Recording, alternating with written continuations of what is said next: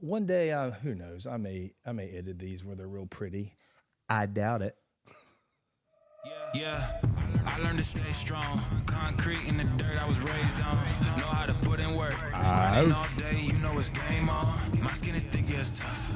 Running, yeah, we stay alive. A lot of truth in them words. All of this greatness inside. Welcome. I'm sitting here with Mr. Johnathan Watts, episode 42, Maintaining Your Buzz.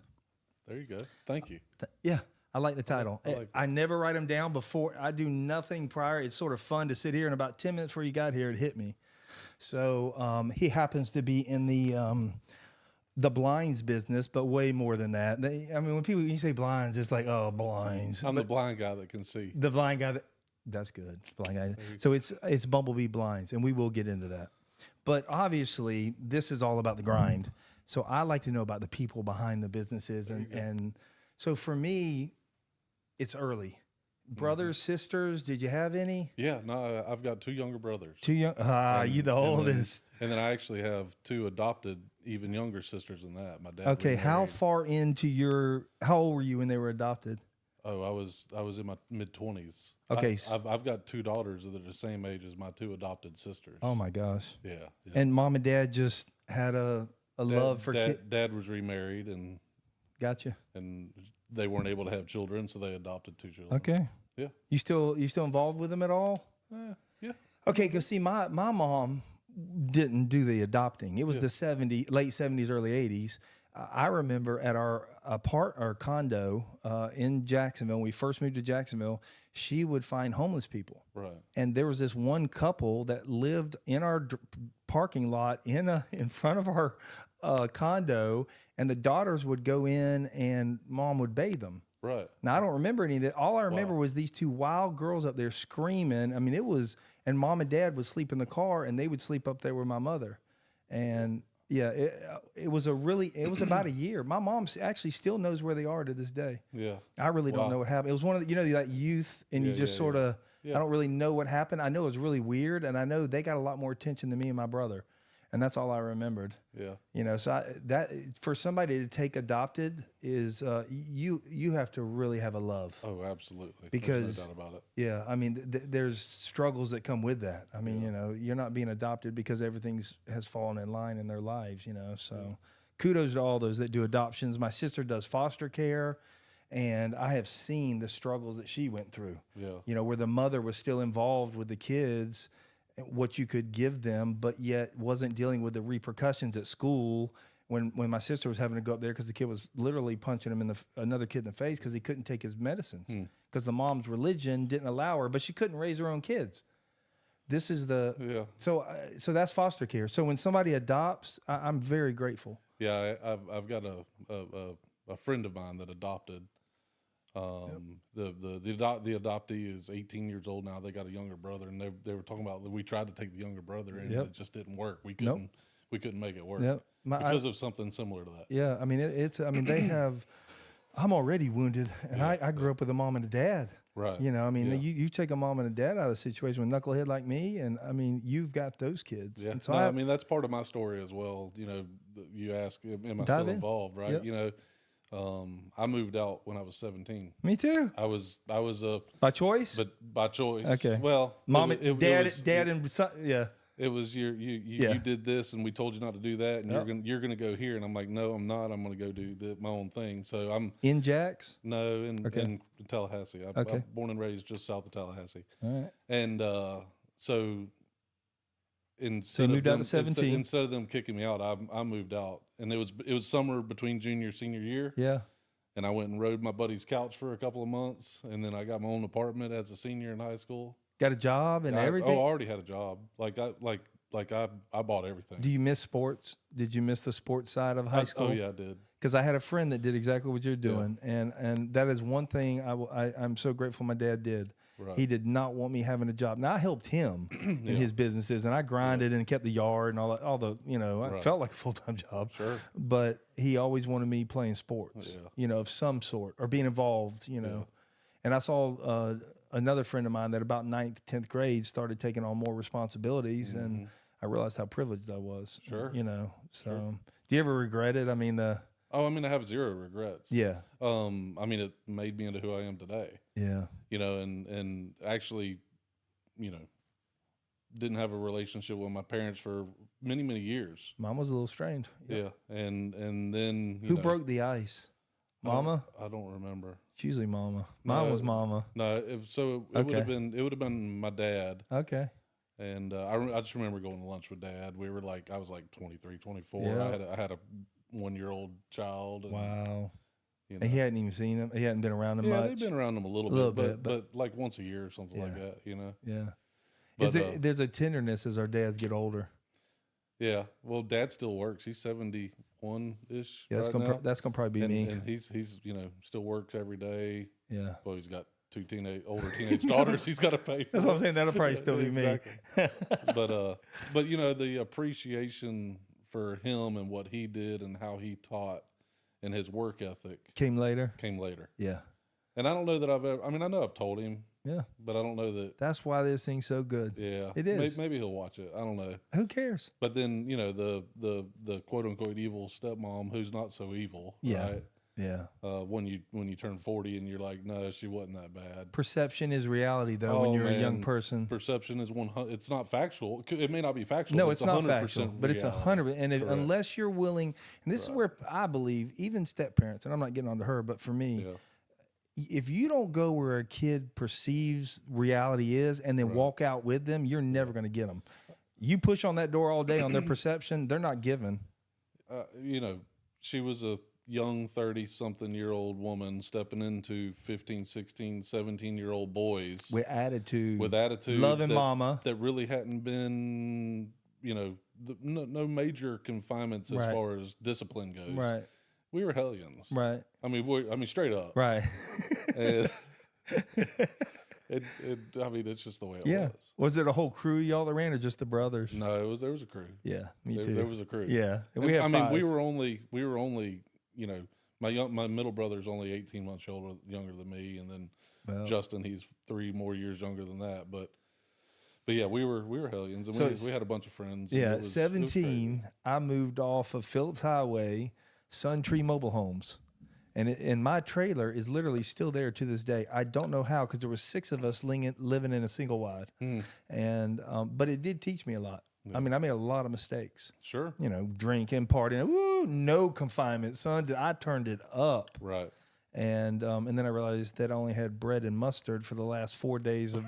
Did that happen to you too? 100%. Okay. And then the water was. I mean, if somebody had bought a gallon of water, it was very important in our life. And nobody gave me nothing. Nothing. No, I mean, nothing. Like a bag of groceries did not show up on the doorstep. You know what sucked for me is my parents were very poor growing up. And then as I left, although I went to Episcopal high school, but I didn't pay for Episcopal. I had a work scholarship. Yeah. And so I went to Episcopal. I got a good education. But I drove a 77 Lincoln while everybody else was driving Porsches and Saabs. But I did get to know some of the peoples there. But then then all of a sudden I'm snatched back to Phillips Highway and I'm back where I really belong, you know, and I'm like, okay, now I got to grind. I became a custodian. But you're right. That actually made me who I was. What were you doing at that time? I was in between. I was doing some automotive stuff. Yeah. I worked for the Walmart Tire Lube Express thing, and then I went to Goodyear. Yeah. Worked for Goodyear turning wrenches, and then kind of worked my way up. Did you have a plan? I mean, in 23 going, hey, man, I really want to own a business, or I want to. Did you have those kind of visions, or you were just living? I was just living. Me too. Me too. I mean, I was having fun. I always advanced. Right. Like, you know, started off turning wrenches, then got into management and sales and that sort of thing. So I mean, I always advanced pretty rapidly. Right. But I didn't have a plan. Yeah. Sometimes that's the best way to go, though. Because God, you know, if you hear God laugh, tell him your plans. 100%. Because there ain't been one plan I've had that has played out exactly how I wanted. Yeah. No, I mean, so everything that I've had has been built off of a relationship, right? You meet somebody, you get to know them, you learn their heart. That's good. So you know, one day I was, you know, a service manager at a tire store, and I get a phone call saying, "Hey, we want you to come work for me," and I'm like, "But I don't know nothing about that." And they're like, "We don't care. We want you to come work for us." Wow. And then I don't know, the book Good to Great. Yeah. Jim Collins, I believe it is. I've read that book a handful of times. It's not what, it's who. And I'm a firm believer in that. And yeah, so I get a phone call one day from. It's not what, it's who. It's not what, it's who. And get a phone call. It was a guy that I put tires on their company trucks many times, and it was a John Deere dealer. And they're like, "Hey, we want you to come be a service manager for us." I know nothing about a tractor. I didn't grow up on a farm. Right. And they're like, "We don't care, but you know how to handle people, and you know how to sell, and you know how to take care of mechanics and technicians." So, Right. So I went. One of the best decisions of my life. Learned on the fly. Correct. And it's John Deere. I mean, you put that on your resume. I read a lot of resumes. Right. If I'm looking for the next person and I see John Deere, I'm stopping. Well, that's what brought me here. I built the store on 220. Oh, really? Yeah. Oh, okay. Yep. So 2006, we bought out Orange Park Powerhouse, Roger Lang. John Green? Okay, the Greens. They were in for a while. John Green used to sell John Deere in town. So I think John Green was with a different group. Gotcha. Okay. I know that name. Yeah. But I don't know that I've ever met him. Yeah, Josh is his son. I think was with him for a while. I think he does something else now. I'm not sure, but yeah, I knew him when I was young. So yeah, 2006 we moved over here. We did business out of the Orange Park Powerhouse store right up on Blanding, and then we built the store in 2008. You go, keep talking. Yep, and I was with them until almost 2012 when we sold to Ag Pro, and I didn't stay with Ag Pro. Right. So I went to work for the OEM. Right. Went to work for Yanmar, Caterpillar. Wow. And then ultimately with Bad Boy Mowers, who I was with for almost 10 years. But you're who got you mechanically involved? I mean, like good with your hands. And... that was just out of a necessity to replace an alternator on my own truck. Yeah. Right? Because I needed something done on my truck, and I did, brakes, that sort of thing. So growing up with your brother, was it like me, a lot of fighting? I mean, I mean, people talk about pushing. I mean, we went 2x4s. Yeah, we went at it. Yeah. We actually were on the front of the Times Union, his junior year, my sophomore year, because I went to Episcopal and I used to play at University Christian, and he was a stud at UC, and we were playing each other. And they called it the Battling Blankenships. And we were on the front of that was like my great claim to fame ever. And I wasn't that good. I mean, I was okay. It was high school ball. Yeah. He was much better than me. But he pushed me. You know, a lot of I was the younger brother. Okay. So a lot of the younger brothers, like my son, did not, my oldest still plays baseball at 27. Right. My youngest was a really good infielder, but did not play baseball because he didn't want to, I think didn't want to be in the shadow or whatever. Yeah. And so he found his own things that he did. Now he's really good with his hands. He works in the Air Force and has a dynamic career. I did the opposite. I followed. I mean, I was a wide receiver when I should have been a tight end because I wasn't fast enough. My brother was fast enough. I was a defensive back when I should have been a free safety because I wanted to be what my brother was. Right. Basketball, baseball, and I was not good at baseball. And really? He at first, but he kept pushing me to be. Did you see your brother? Did he branch off from you, or did he like follow you in your footsteps? No. I mean, we all kind of followed. We all played baseball. Yeah. Back then it was rec league, junior major. We didn't. None of us really played for school. Gotcha. I went into ROTC at Wakulla High my freshman year, and then we relocated to Leon High. Yeah. And they didn't have it. So I was kind of into. I was into other recreational. Yeah, exactly. Stuff Understood. That kind of took me. But away when you from that. moved, you stayed in Tally. You just moved around Tally. Yeah. Well, we were in Wakulla County, okay. so South Crawfordville, south of Tally, and then we moved to Tallahassee. Okay. Yeah. Yeah. So, my brother was always bigger than me. I was a little bit of a runt. I was older, but I was a little bit of a runt. And I remember the time, just talking about fights. I remember the time whenever I finally got a little bit of an edge on him. Yes. And we were driving. I think I might have been 15, but it might have been 16. Let's just say I was 16, and I was driving my dad's Ford Econoline Fade, and he was millie mouthing along. Oh yeah. And I'm like, okay. Chirping. So it was dark, and I parked the van in the middle of the road, and we got out and boxed it out. That's what we do. In the front of the headlights of the van. No, people don't get it. But it was 2 licks, and I got both of them, and he went running. Wow. Yeah. I didn't beat my brother up till 18, and we were working for the Duval County School Board, and we were downtown off of Main Street, and we were the guys back in the day with the SAT books. He and I, all we did was a race, and his name was Bart. So I'd call him Bart the Fart. He'd call me Bart the Brett the Fart. Wet. I mean, just like little kid. And we're 18, and he was different. He was stockier but shorter. Yeah. And I was just this lanky, scrawny, but I'd never say uncle for anything. Right. And we get to chit chat, and all of a sudden, we'd fought enough times in our life. We were like, you want to go? You want to go? Sure, let's go. Now, we're on the clock. We both put a dip in. We go out by the railroad tracks, and Bart, and all of a sudden, he made a mistake. Bart had quick hands. And so I'm up there, and I knew it, I'm going to take a shot. And he swung, and I had just enough room for that thing to come by me, and I had my right foot planted, and I laid he went to the ground. I'd never seen him go to the ground against me. He went to the ground, and I was stunned. And all I did was I looked, and I turned, and I walked away because I was like, I just knocked my brother down. I couldn't believe I did it. Yeah. And then he picked up a railroad tie and threw it at me and finished the job. And all the Duval County School Board employees were sitting there watching us. And it was a year after baseball. So I mean, the article. So the battling Blankenships carried on. That's brothers. That's the first time that I whooped him, but that's the last time we fought. It's the last time we fought. That was the last time he and I ever fought. Interesting. And we're thick as thieves now, bro. Yeah. I mean, it's we're not. No, we're not. But I think we would have been. But outside circumstances, and we do things and get addictions, and we start fighting demons. No, I mean, we both, he fought more demons than I did, but it is possible to pull out of it. It absolutely is. He did. Yep. He's got. There's probably not anybody in this world that I'm more proud of than him. Yep. Just because of the demons that he pulled out of, and he donated some time. Yep. And but it was the best thing for him. Yeah. And you go. I'm proud of him and don't know him because I have a brother that did 4.5 years. And I watched him live a good life, and then I watched that begin to fade a little bit. Yeah.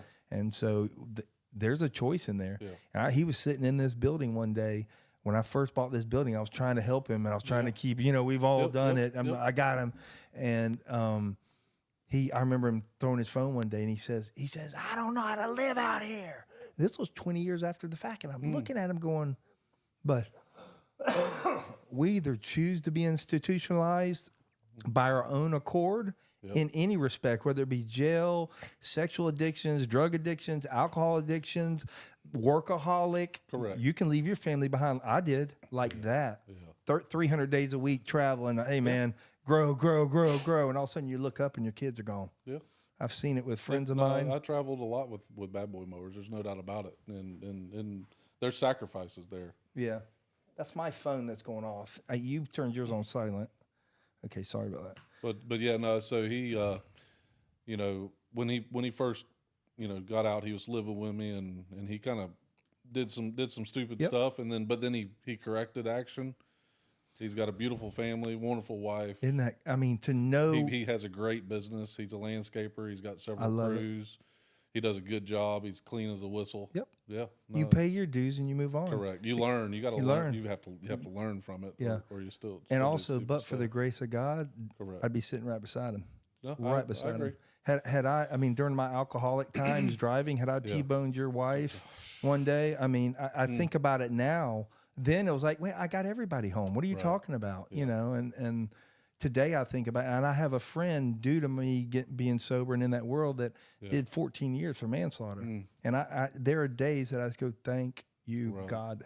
No, there's definitely no doubt that that he might not have done anything worse than I've ever done. Absolutely. He was just in the wrong place at the wrong time. And luckily I just. What do you think was the biggest attribute of him digging out? Is it self-reflection? Is it no, 100% the Lord. It is. No, there's no doubt about it. A power greater than himself. It's a power greater than himself. He went to seminary. Did he really? He went to seminary. He's super involved. He preached at my grandmother's wedding. He brought fire to my. I would love to have him sitting here if he ever wants to tell his story. Not all the darkness, but there are people. I have a young lady that has watched us out of Washington that begin to address her drinking, and that's the one thing I want the chamber to understand. This goes out to the nation. Right now, it may only be 160 on the first cycle, but as this thing continues to grow, your videos will get more and more views, and there'll be a man sitting there at his wit's end, and something you say will trigger. It's wild. So more recently, just one little back fact. Yeah, you can give me my dad was a pastor as well. Okay. You know, you a PK? Yeah. Whew, that's tough. Now he was an assistant pastor and a song director at a Baptist church in Tallahassee, and That's a PK. well, I know you hate it. but whenever I was about 16, 17, the church split up, and just recently, when the church split up, I was gone. Mm-hmm. Like it went to hell in a handbasket, and everything that we were gonna go to hell for was happening, right?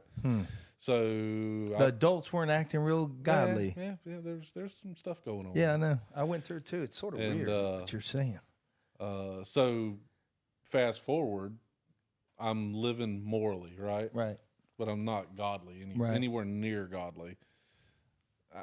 Nothing horrible, Yeah. but just in the flesh. Yeah. And about a year ago, my daughter's playing travel softball with a Christian organization called the Arrows. It's a baseball organization, but they took on a couple of softball teams. The coach is a college gate coach. She played college. She coached college.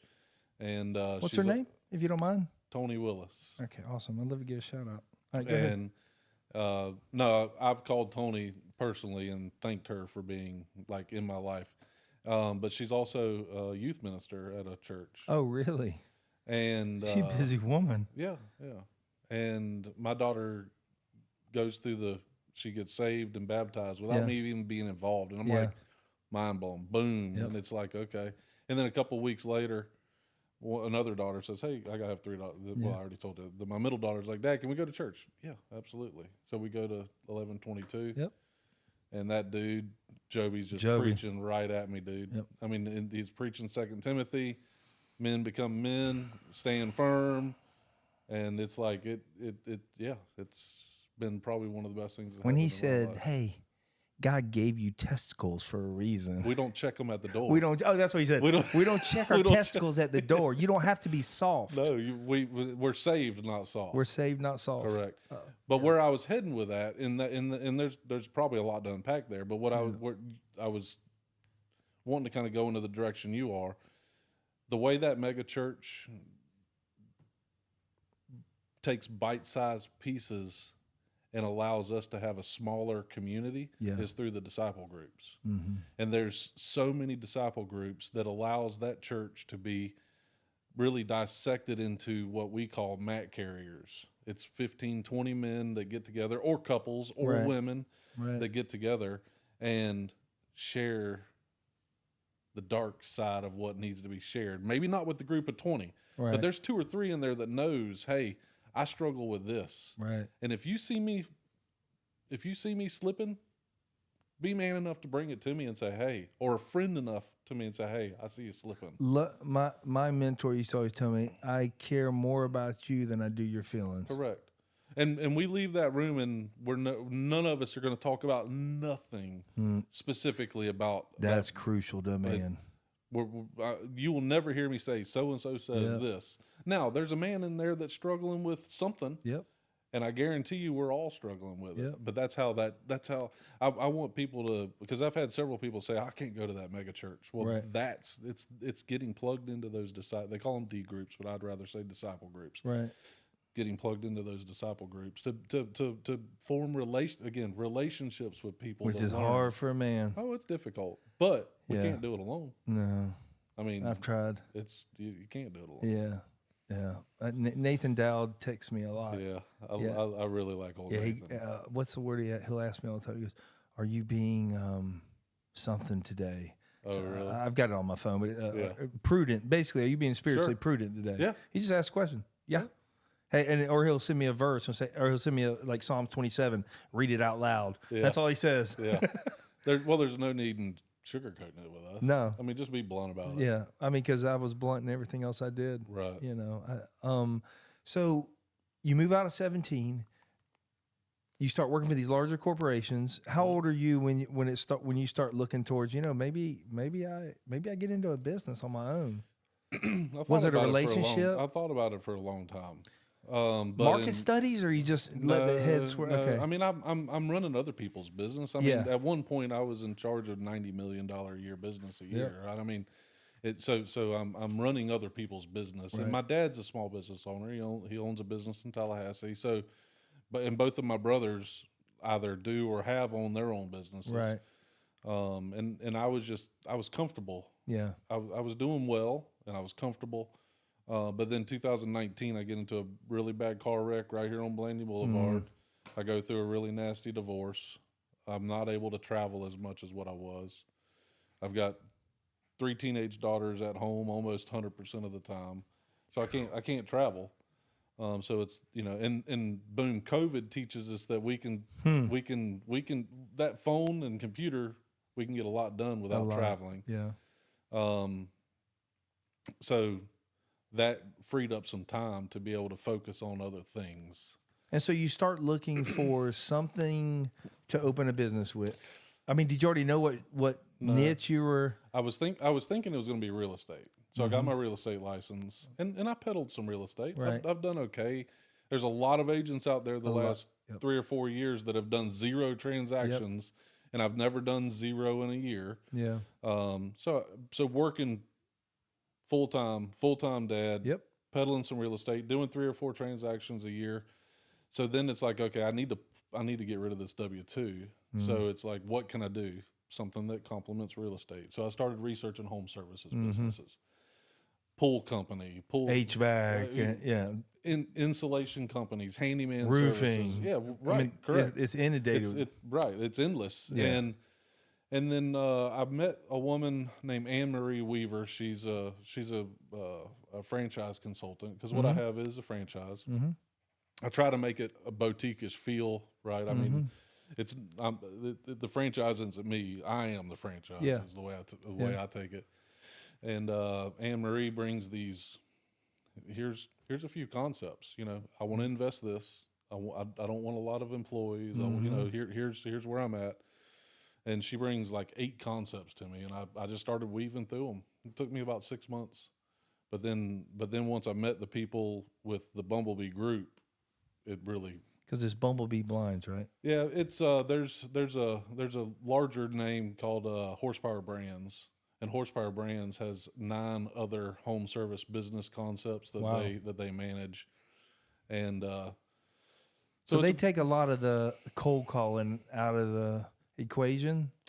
Well, theoretically, but not reality. Yeah, I was gonna say sales is. I mean, that's what I was sold on. But yeah. No, I mean, the majority of my business, 100%, comes by networking and relationship building, and just kind of building community and referrals. Referrals are big. No, I mean, there's no doubt. I mean, I wouldn't be here where I am today if I hadn't gotten plugged into the chamber, gone to Finally Friday. That's kind of what started. Man, that thing's awesome. It's fun. I kind of go once every 3 or 4 weeks. I've been missing it a while. It's a lot. It's a lot. But I would like to see more disciple groups in there where we sit down and go, okay, everybody's painting pretty pictures. Right. Who's struggling? Right. What are you doing? What are you doing wrong? But I don't know, without a spiritual base, I think it'd be a train wreck. Yeah, it could be. Because I want brutal honesty, and so I would give brutal honesty, and that's not always. I don't know how to paint that. Oh, I'm not doing it. I ain't getting in the middle. I'm offering it to you. Not I. I'll be right behind you. Yeah. Yeah, you're doing great. That's a good idea. That's a good idea. Yeah. No, I don't. So how long ago did you open Bumblebee Blinds? Early February this year. Okay, so February this year. Yeah. I mean, so you're like, it's green, and I actually still had the W-2 job until about April, which is smart. May. So did they help you with transitioning, or was that just something you decided how to transition out? I decided. And is it the point? Because a lot of people get into this. When do I go full time in my business? What was your marker? Well, or was it? What did it just? I mean, did it just push you out? The marker was that I have enough money in the bank to survive. Okay, 10 absolutely. 10 or 12 there months. It is. Okay, good. And my headaches with the other job are through the roof, and I'm not able to focus on my business as much. And that was the marker. I mean, yeah, that's good. because under capitalized is your number one reason for failure. Correct. And being in a franchise, you already have a proven track record of how to run a business. That's correct. So Wood U Distributors used to be Wood U Furniture used to be Wood U Distributors, and they had we did it under a licensing agreement, but it was basically franchising. Basically, yeah. I mean, they snuck. I mean, that's around. basically what I did. Yeah. Was dealer agreements. Yep. I went out and recruited and developed and sold product to my dealer group. So Yeah. it was basically it was very similar. A lot of parallels. Now, do you get a certain market? I do. Okay, good. Yeah. So so basically from Green Cove to Cumberland Island on Oh wow. on our side of the river. Now the other side of the river is somebody else. So you're getting around, but you're home at night. Oh yeah. Which helps with no, the. I'm home every. Yeah. Did you see a difference after the divorce with your girls? I mean, first the processing through it. Yeah, I mean there was a Were they angry at dad? There was a period there where they were angry with dad. Yeah. But then there was another period there that they saw a different dad. You just got to sit back and let them see the truth sometimes, don't you? Yeah, they saw a different dad, and there's a lot of pieces to that puzzle. Yeah. But they whenever they saw happy dad. Yep. And dad in a new relationship with a new woman that just a much more healthy situation. More biblically based. Yep. Yeah. Yeah. I mean, I've never had a woman pray over me like Yeah. Amy does. Yeah. Yeah, no, there's no doubt. So yeah, so once they started seeing that, it was like, okay, the light kind of came on. I just thought of something. I saw something on TikTok where this woman pulls up to her house and she has one of those side garages. And she's talking on her video. And she goes, every day, and she's opening her garage, and you can see this little hefty older guy comes jogging up to the garage, and about right at his knees, the garage door's already open, and he got there, and he's standing there. And there's this older man, and she's saying, he meets me every day, and he comes running out to her car, and come with the, hey, baby. He goes, and I mean, I was looking, I go, I want to be that. Yeah. We all talk it. Yeah. It takes work. Yeah. No, I mean, relationships don't just fall in. They don't just happen. Yeah, and there's arguments, and there's disagreements, and there's life struggles and trials, and then an integrated relationship like yours with 3 girls. Oh yeah. They're Yeah. No. So it's a crazy household. You're a good communicator, though. But but it's a beautiful thing. Yeah. I don't even really know how to explain it. They all get together. How old are they along now? really well. How old are the girls? So 15, 18, 21. So I mean, they're still. 15. She can cause a headache if she wanted. Oh, I mean, she's bullheaded. There's no doubt about it. But man, when that's pointing in the right direction, everybody tries to stop. My daughter is 20 now, and she's bullheaded, and we have gone at it, and I have handled her in improper ways, and had to go in the room because she's got me so hot headed. Yeah. And I go, listen, what your dad said and how your dad spoke to you was wrong. Right. I mean, that. But then she learned how to say, I'm wrong. Yeah. And my kids, like with my drinking career, when I finally ended, it wasn't because I wanted to. Right. The judge was done with me. Said, and I pulled my kids in. I remember they were young, and I'm sitting there, and I got tears in my eyes. But I wasn't going to shake from my responsibility that your daddy made some mistakes. Yeah. Now he's got some consequences, and this. And so daddy's going here, and I wasn't proud. Yeah. But now I look at my men today, and I had a conversation with my middle boy today via text. He's in Japan, so via text, and it was a serious conversation. And we flow through it. Yeah, we don't run from no, I mean, the tough conversation. I think that might be a little different from my dad to me on what I'm doing with them. Hey, I screwed up here. Yep. I wish I would have done it this way. I didn't, but here's why I did it. And just kind of explaining it and going through. And then they watch. Yeah.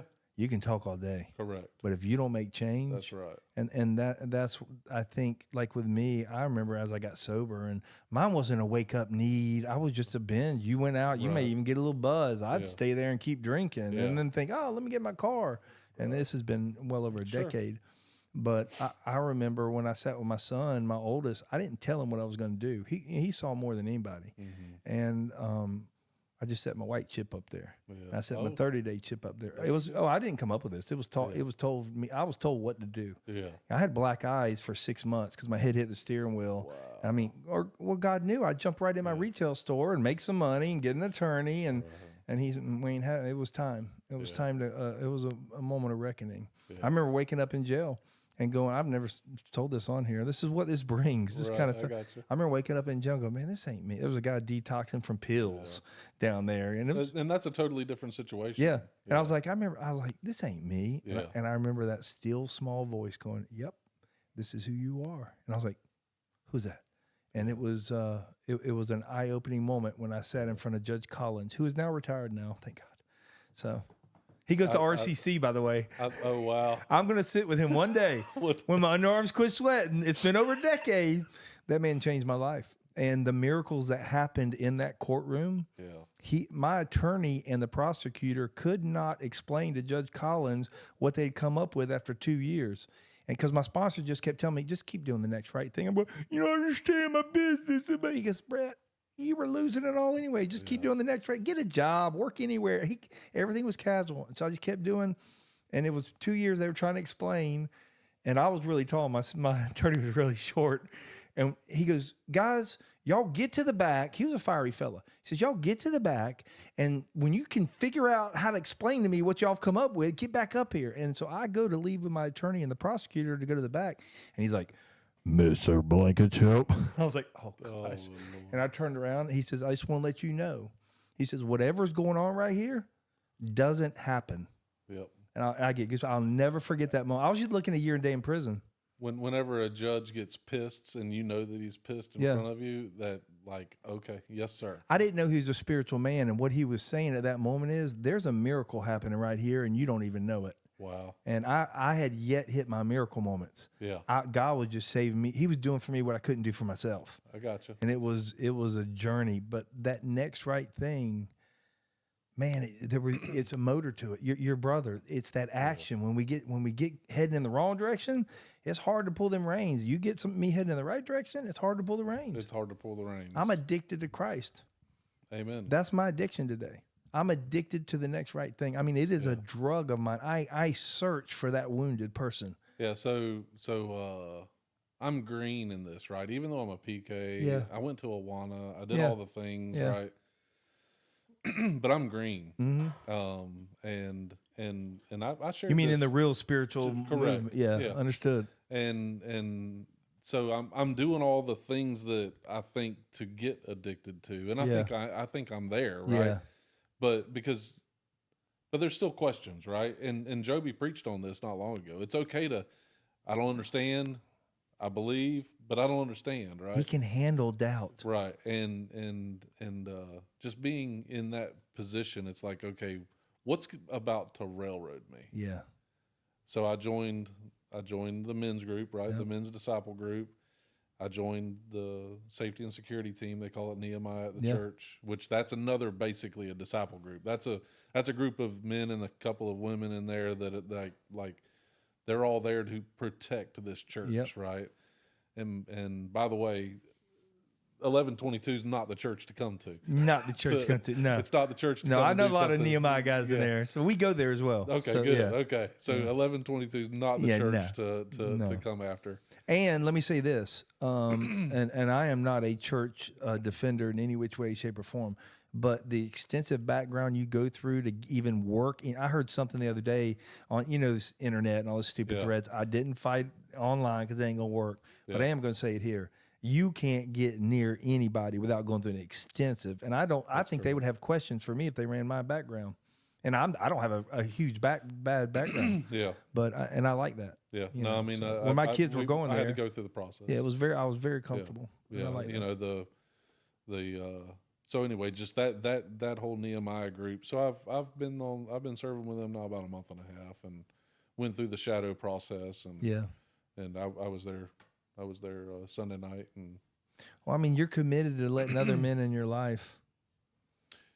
I need it. Yeah, I do too, but it scares the hell out of me. Well, I mean, you've probably not done anything worse than I've done. No, but we think it, don't we? I haven't done anything worse than those other guys in that room. I found out this when whatever that is, whatever you want to call it, devil, darkness, lower power, higher power. Whenever they can isolate me and get me in that dark corner where I think secrets are, but if I shine a light on all my secrets, there's not much I got that I have to be afraid of. No, I mean it's powerful when there's a group of 15 men in a room and one of them's talking about I really want to drink, or Yep. I want to look at that. I want to look Sexual at porn, addiction, or I want to do this, absolutely. or I want to do that. And We don't talk about it enough. Sexual addiction, we don't talk about it enough in men. I mean, men think sexual addiction is you're just staring at a porn. Man, porn will pervert the idea of love and what I understand it to be. Yeah, it's a great vice for those that want to keep you off focus of what really matters. that's right. You know, I think it's destroyed more. I mean, you're looking at a perfect girl. Right. And that's not how you have sex, anyways. What did Joby say when you're done with that 90 seconds of fireworks, or what did he say the other day? I didn't hear it. Yeah, he I said missed something it. like that. All right, Scooter, when you're done with Yeah, that. exactly. I love, and that's the other thing I love about that church is because I did come from Southern Baptist and First Baptist downtown and big church and mega and watched it collapse and knew a lot of good people in there, but he didn't come from church. Yeah. And he reminds me, because I did and you did, he reminds me, hey, it's not you unbelievers I'm worried about. It's you church grown up in church. Right. And I always remember that, you know, am I doing the next right thing? You know, Peter resonates with me a lot. So, because I mean, he cuss, and I don't know that joker, and I don't know the beep beep beep, and yet he'll grab a sword and fight. You know, right. You know, I mean, just for, and this is just different for me, but hearing a preacher say, I like a cold beer. Yeah. Not too many of them, but I like a cold beer. Yep. I like a good cigar. I like hitting the white ball around. You know, just hearing a pastor say things of that nature. You know. And still be biblically sound. And still be sound. Yeah, and he doesn't, I mean, he jokes and kids. I don't like the Bulldog stuff. I've emailed him. He's never answered me. No, I'm just kidding. I've never emailed him. But he does say, don't email me. I'm not going to answer you. He doesn't even read them. Yeah. What is really interesting, and this can be done in business, because they run this like a business. Church needs to be run like a business. It is a business. People go, oh, it needs to be run like a business. You need to know where your funds are. You need to, right. But he knows when to take a break, and he protects himself, and he keeps a small discipleship group around him that you and I can't peck through. I was about to say I've met one of those men that's on that group, and some of them are what we would think of as deacons, but we call them elders, right? So I've been around a couple of those men that's in that closer knit, and they basically say that they make him take time off. Yep. They make him go on trips that are just debriefing, you know. And I think he went moose hunting earlier this week or whatever, or late last week. But yeah, they have a tight circle. Well, where they came from, and I know some of their lineage just through, because I actually had a wood use store in the initial 1122 parking lot on San Pablo. Really? I was there before 1122, and on Wednesdays, my store wasn't doing well. And on Wednesdays, I would try to go out there and tell y'all not to park in my parking spots. And I mean, it was weird. I mean, I was not following God, I didn't like all the parking. And well, today that's where the ministry store is. Oh, the store. That was my the store. Woodyear store? Yeah, that was. Oh God. No, it's just when I go there at times, God. Hilarious. Oh yeah, God just goes, you were just warming him up for it. I took a picture of my van in front of that store the other day. And that's a great store. Yeah, I go in there often. I actually have yet to be in there. So I was going to the St. It's Pablo. a retail top of line store. Yeah, I heard that they just got a ton of furniture in there by one of the stores that went out of business here locally. I didn't even think about that. Wow. Yeah, they just got a bunch of. So they're the Lazy Boar store. Yeah, that's been going out of business for 20 forever. years. Are they finally going on Fleming? Yeah, it's finally leaving. I heard that they just got all the furniture from that store. Wow. I don't know if it was donated or bought it at Sound or whatever, but and I don't know that it's actually. I think they're moving it because they asked Nehemiah Group to help move it. But anyway, so I've yet to go into the store, but the way I was there for that men's group morning meeting, that Tuesday morning meeting, a couple months ago. So, but no, that church has changed the lineage of our family for certain. And do you see your daughters plugging in as well? Two of them have. Yeah. One of them I'm still. Yeah. You know, one of my sons found another church to go to, and he was dialed into them, and he was driving at the time, and and today he plays baseball still and has Bible study. He will call me with some of the deepest studies. Really? Oh, He plays with the Savannah Banana Crew. Does he really? Do you know? Well, I mean, there's 4 teams. Well, there's now 6 teams. Yeah. They're going to have 8 eventually. They're making a whole league. Yeah. But he called me. He's on the Texas Tailgaters. Okay. And so they have an actual country band that actually plays baseball too. So they're really good. And he said after one of the games, they now have to set a stadium up in Savannah because they have praise and worship. Really? And he said he didn't call me about the games and playing in major league stadiums. And all of a sudden he called me and he was like, Dad, there were 600 people and they were doing praise and worship after the game. Wow. That's after 2 hours signing balls. And then they all get up here and all these people circle around and they have praise and worship and a little Bible study. Yeah. I've been saying it for 2 or 3 years. I want to go to a Bananas game. And then so I finally started looking and I'm like, we can't go to a Bananas game. Yeah, and what people don't realize is, crap. what people don't realize is his tickets are only $35. Yeah. It's the secondary market buys them and jacks them to $235, and that's why he's doing more teams. Yeah. Pretty soon here, like these next 2 teams are going to help start funneling. But it's growing so daggone bit fast. But he doesn't allow the secondary market to get them, does he? Yeah, no, they buy them. No, he has nothing to do with the $235 ticket and all that. His tickets are $35. It's a lottery. Yeah. And some of them will win the lottery and then sell it on StubHub on a secondary. So I was under the impression that they really frowned upon the secondary market. They do, but I don't know that they obviously can't stop it. Yeah. But he tells them not to buy them, but his tickets are, and it's all the food you can drink, all the But the lottery, matter of fact, it's on right now. And I actually just signed up for it a couple nights ago. We'll talk though. I can probably. Okay. All right. Good. Don't all start coming because I can't. Okay. But every now and then he can get tickets, that get you in. No, that'd be awesome. That may be something to do as people come in here, to give them tickets to the games and all. Now, the Party Animals actually won the whole series. See, Savannah isn't always – the Bananas have only won 1 championship in the last 3 years. Zach was on the Party Animals. That's Zach and Tanner. Okay. Tanner's number 4. He's like the big boy on the Party Animals. They all came from Fleming Island and everything. Yeah. And they sat here I interviewed them. Okay. That was cool to interview my adult son. Your adult son. Oh, and he was much more smooth. He's not a goofball like me. And although he dances, it's not, I saw one of them do what the final out did the backflip. Oh, they are unbelievable. I mean, the athletic stuff they do, it's ridiculous. Yeah. But you and Blinds, him and Banana Ball, Jesse Cole is his name. Imagine this guy at a softball field with about 3 people watching, and he's on a ladder swinging. We're all making fun of him.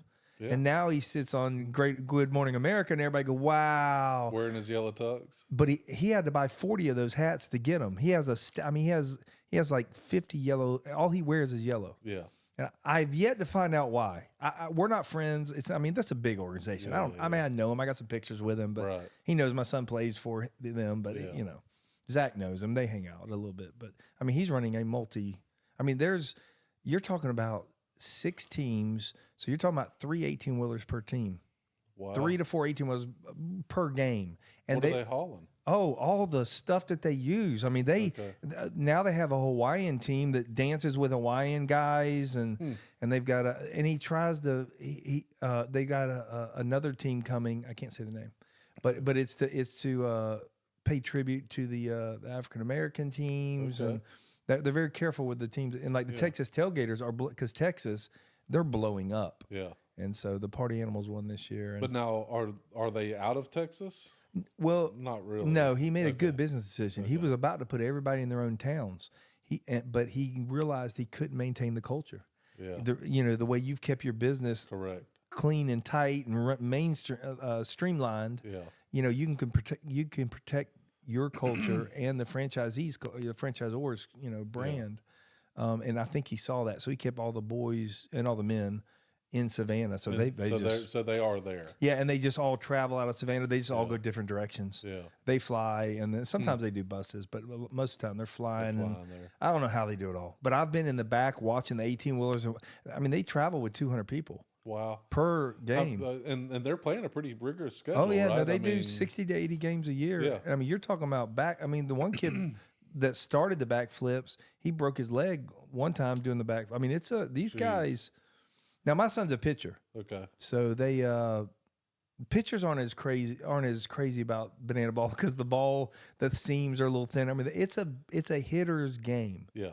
Well, and they need to throw strikes. Yeah, they won't. Oh, you Yeah. better, but you better dance and throw strikes. And so it's a whole nother, and you better throw fast. Yeah. So it's a whole. When you come from minor leagues like he did, and then it took him a year to learn To figure it all out. Yeah, I mean, No, I'd love to learn more about that. yeah, it's fun. So, but this isn't about them knuckleheads. But we do drift sometimes. Your children, college. I mean, do you? Or is it? I mean, nowadays everybody pushes college, but sometimes there's that young, like my middle kid. He was going to go to Tallahassee and party. Yeah. And he's in the Air Force now and dominating. You know. So my oldest, Caitlin. Well, let me go back. I don't believe that everybody needs to go to college. I don't either. I didn't go to collage. Yep. I actually. It was a waste. I mean, I went to 13th grade for a little while. Yeah. Right, you know, but I had to go to work. Yep. But as a matter of fact, and we can talk more about this, but yeah, I serve on a board for a career and tech ed charter school that's about to kick off. I don't want to talk too much about it. But Understood. We're really close to having some approvals on that.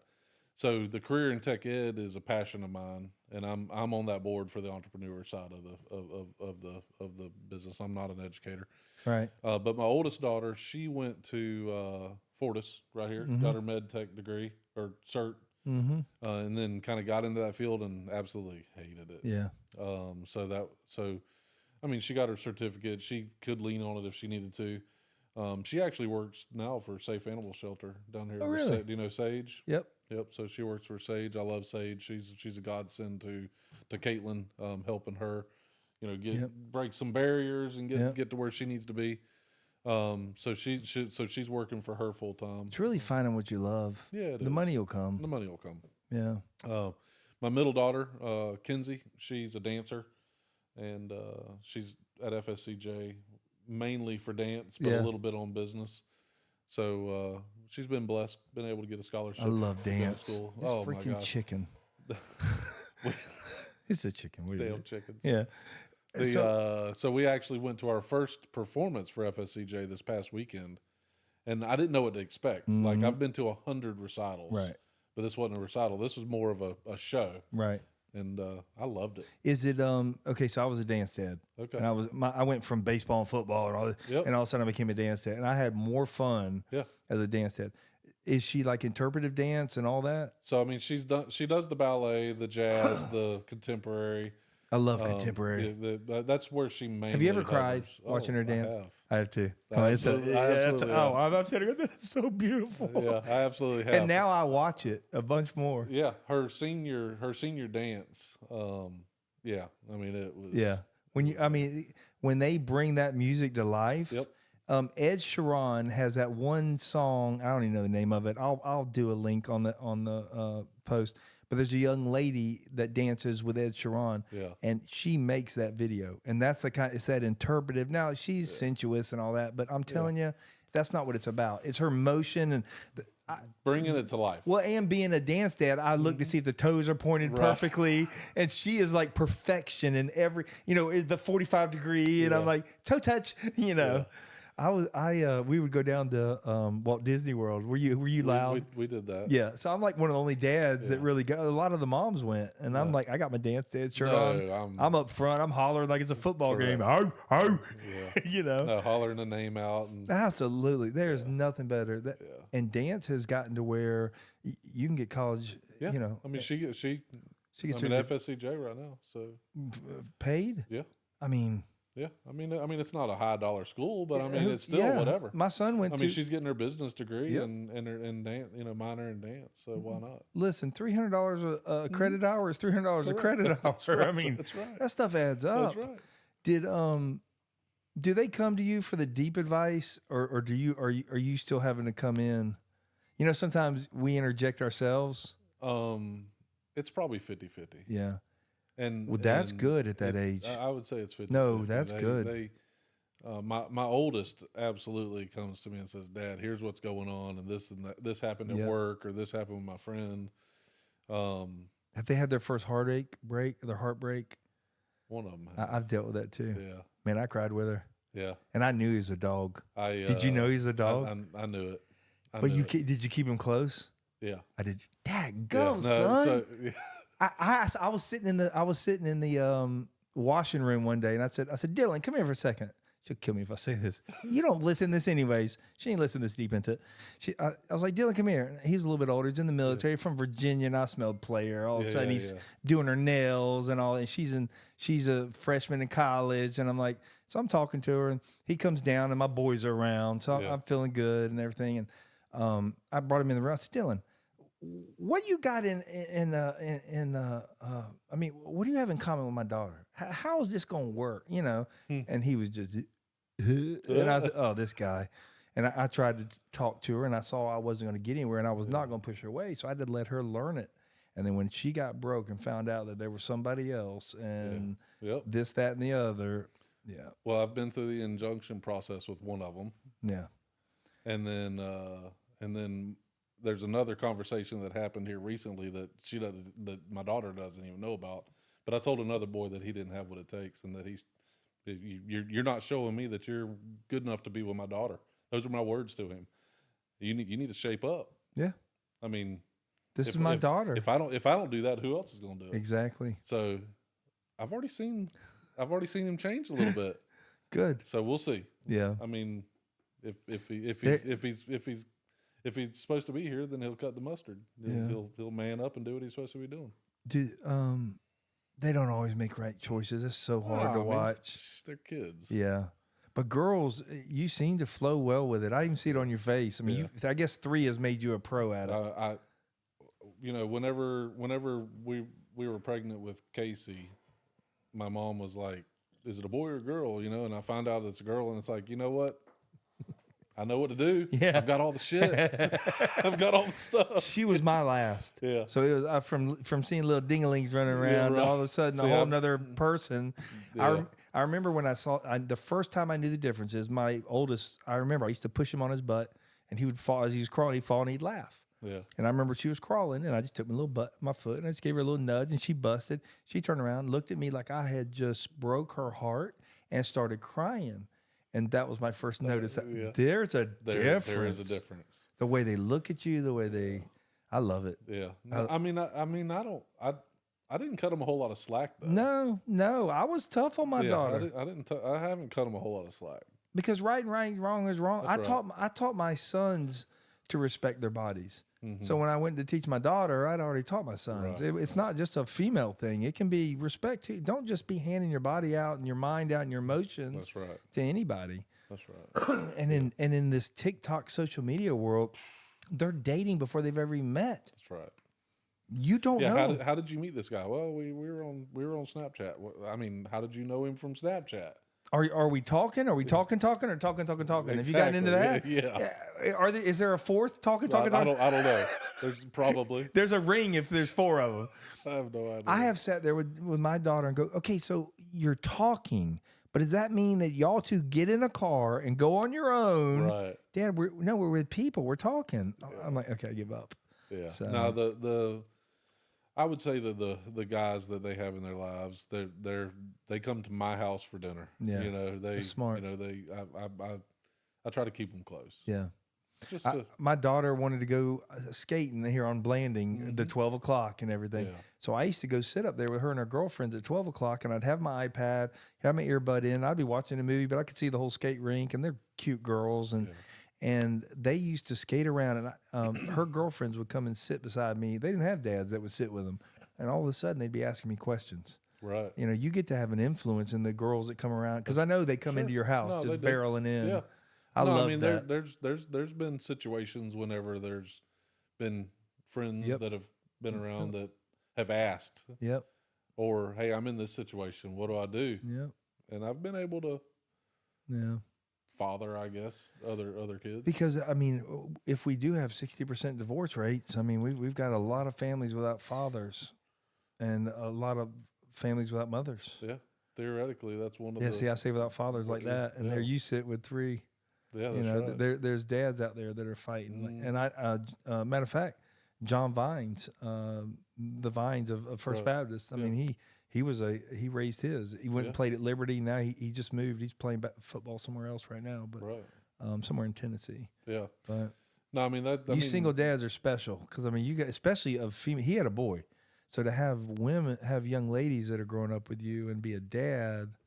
Yeah, but I will say that many years that this was before me getting back into church, but Yeah, at that time it was just like, hey, I need to find good Yeah. women for these to be around these Yeah. my daughters. But now I know it was prayers, right? yeah, And I've been blessed. You know, there's 3 or 4 really influential women that Yep. have come into their lives, and Amy being one of them. That's Right. a major influence in their lives. But Catherine's been around, Ruth's been around, yeah.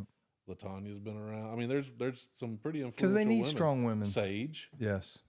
Yeah. I mean, there's good women that have come into their lives to help kind of fill some gaps there. Yeah. So you're relatively new in your business. Yes. So future plans, like, I mean, do you start looking 3 years down, or is it still you're still in the grind? No, I mean, I got some Day-to-day. 3 and 5 year plans. Yeah. You know, the when I first launched, I had some, 90, 120 day, Right. those Right. plans, and some of those have been pushed into, okay, that's going to be a year, Yeah. But right now I'm the one that's going out doing the consultation. The old sleep, creep, leap mentality in Yeah, business. I yeah. mean, you're in the grind I'm in the stage grind. of it. I'm in the grind. So You don't see the results as you grind totally right away. Yeah, I mean, I'm seeing the momentum. Yeah. The growth. Yeah. And the momentum. But it's all me. Yeah. So the next stage is going to be, bring somebody on the sales side, Yeah. and then allow me to work a little bit more on the operations side. Yeah. But yeah, that's Finding the next right thing. salespeople stuff. Well, it can't be somebody that's just sales. Yeah. I mean, because this is my name, my family. Yep. This is mine. I'm on the line. Yep. But obviously, sales isn't a bad thing. No. But it definitely has to be the right person. Yeah. How do you go about finding that? It's who then what, right? Yeah. I mean, that just got to find the. I mean, I've talked to several people. Yeah. There's a short list. It's really finding out. I don't care where they want to be. Yeah. I care what they're doing where they are. Right. And if I can understand where somebody is right now Yeah. and figure out what are you doing, action plans to get out of it, Correct. whether you're out of it or not, if you've got the right mentality to get out of it, I can help in the other areas. Yeah. But you get somebody that has a negative mentality Oh. and sales, and there's a lot. They get. I've been in sales my whole life. They get beat up. Mm-hmm. I was in roofing sales for a while. I mean, you want to talk about getting doors slammed in your face, and Yeah. they just think you're just this scrum, and so you have to overcome that. Blinds, I mean, bathtub fitters, and I mean all that non-sexy stuff and yet billions. I mean, it's a $1 billion market. It's a huge market. Yeah, but it's really saturated, isn't it? I mean, there's a lot of competition for you. There's a fair amount. Yeah, But I will say that there's a lot of chucks in the truck that are running around. Just they're doing it because the times are good, and then when times get hard, they kind of do something else. And then there's a couple of monster franchises that are out there, but they can't turn as quick as you. And I think they're a little complacent. I mean, where do you think I'm chipping away at? There you what I mean? go. Yeah. I'm just slowly taking a dollar here, dollar there. But now you don't necessarily get repeat customers as much. Well, I guess you could if they had businesses and things of that nature, right? yeah, I mean, so yes, I mean, I have had more commercial repeat business. Gotcha. But when it comes to, Miss Smith homeowner, Right. I mean, you're really not going to get a whole lot of repeat. I mean, I have gotten some. Hey, we did this project over here. Now I want to do this project in this room or something of that nature. It gets more to be referrals Because it's not just blinds, right? I mean, we can do draperies. I do a lot of draperies. I sold a decent drapery job today. I did Tim Tebow's house. Oh wow. Yeah, before Daphne was born. Yeah. So we did the master bedroom and the in the nursery, and did a lot of draperies in their house. Right. So, and there's a lot of my competition that steers away from that. Right. I've enjoyed it. I've enjoyed the hell out of it, to be honest with you. It's a just something that I wouldn't have thought that I would have enjoyed. Yeah. The design aspect of it. Really, the designing. Yeah. Or seeing the end result. It's all the above. Yeah. Yeah. I mean, to be able to take a room and transform it. I mean, pretty cool. What is your best move to get repeat customers? I mean, to get referrals? And it may not be a move. I mean, how do you get referrals? Yeah, from I mean, number one, customers? you have to ask. Yeah. I mean, Do you tell them up front that, hey, listen, if I do a good job, I'm gonna be asking you for? Absolutely, That was always my go-to. Yeah, absolutely. And asking for reviews, Yep. Google reviews, Yep. and that sort of thing. I mean, that's huge. And do they guide you in the social media side on how to use it and everything? For the most part. Yeah. You know, there's some plug and play stuff there Yeah. that they do for us, and then we kind of go in and modify it. And then you learn. Yeah. Yeah. Like Facebook ads. Have you played with that much? I have. Yeah. I'll be honest with you. I haven't gotten a whole lot from digital advertising in general. I didn't either. I mean, I'm spending a decent amount of money on 1 it to every month. 3%, right? Yeah, decent amount of money every month. Yep. But I would say, you know, on my marketing spend on the digital and the social media side, I mean, it's 90+% of my marketing spend, and it's in the thousands Wow. a month. But I mean, I'm only getting 5 or 10% of my leads from that. So I'm changing. We're making some changes there. I joined a BNI group. I don't know if you've ever done that. No. So I joined a BNI group. I've already actually gotten some referrals from that. Really? Very focused on referral Yeah. business. So, are we close to being granddads? I mean, do we have a young lady that may have a special someone in our life? So Amy has 2 older sons. Oh, okay. I probably should have mentioned them. I'm sorry. That's Gage and okay. Paige. I get you going. Yeah. So she has 2. So we actually have a 4-month-old. Oh my gosh. Yeah. She's loving it, isn't she? Oh my gosh, How is it working with your loved one? it's working great. Really? Yeah. Because I struggled. Yeah. I didn't do as good. No, it's doing good. I again, everything that I've learned up to today that I can funnel into this relationship, it's Yep. been positive. Now listen, Great relationship with my daughters. Yeah. Wonderful relationship. I am blessed with that. Yeah. But I'll tell you something.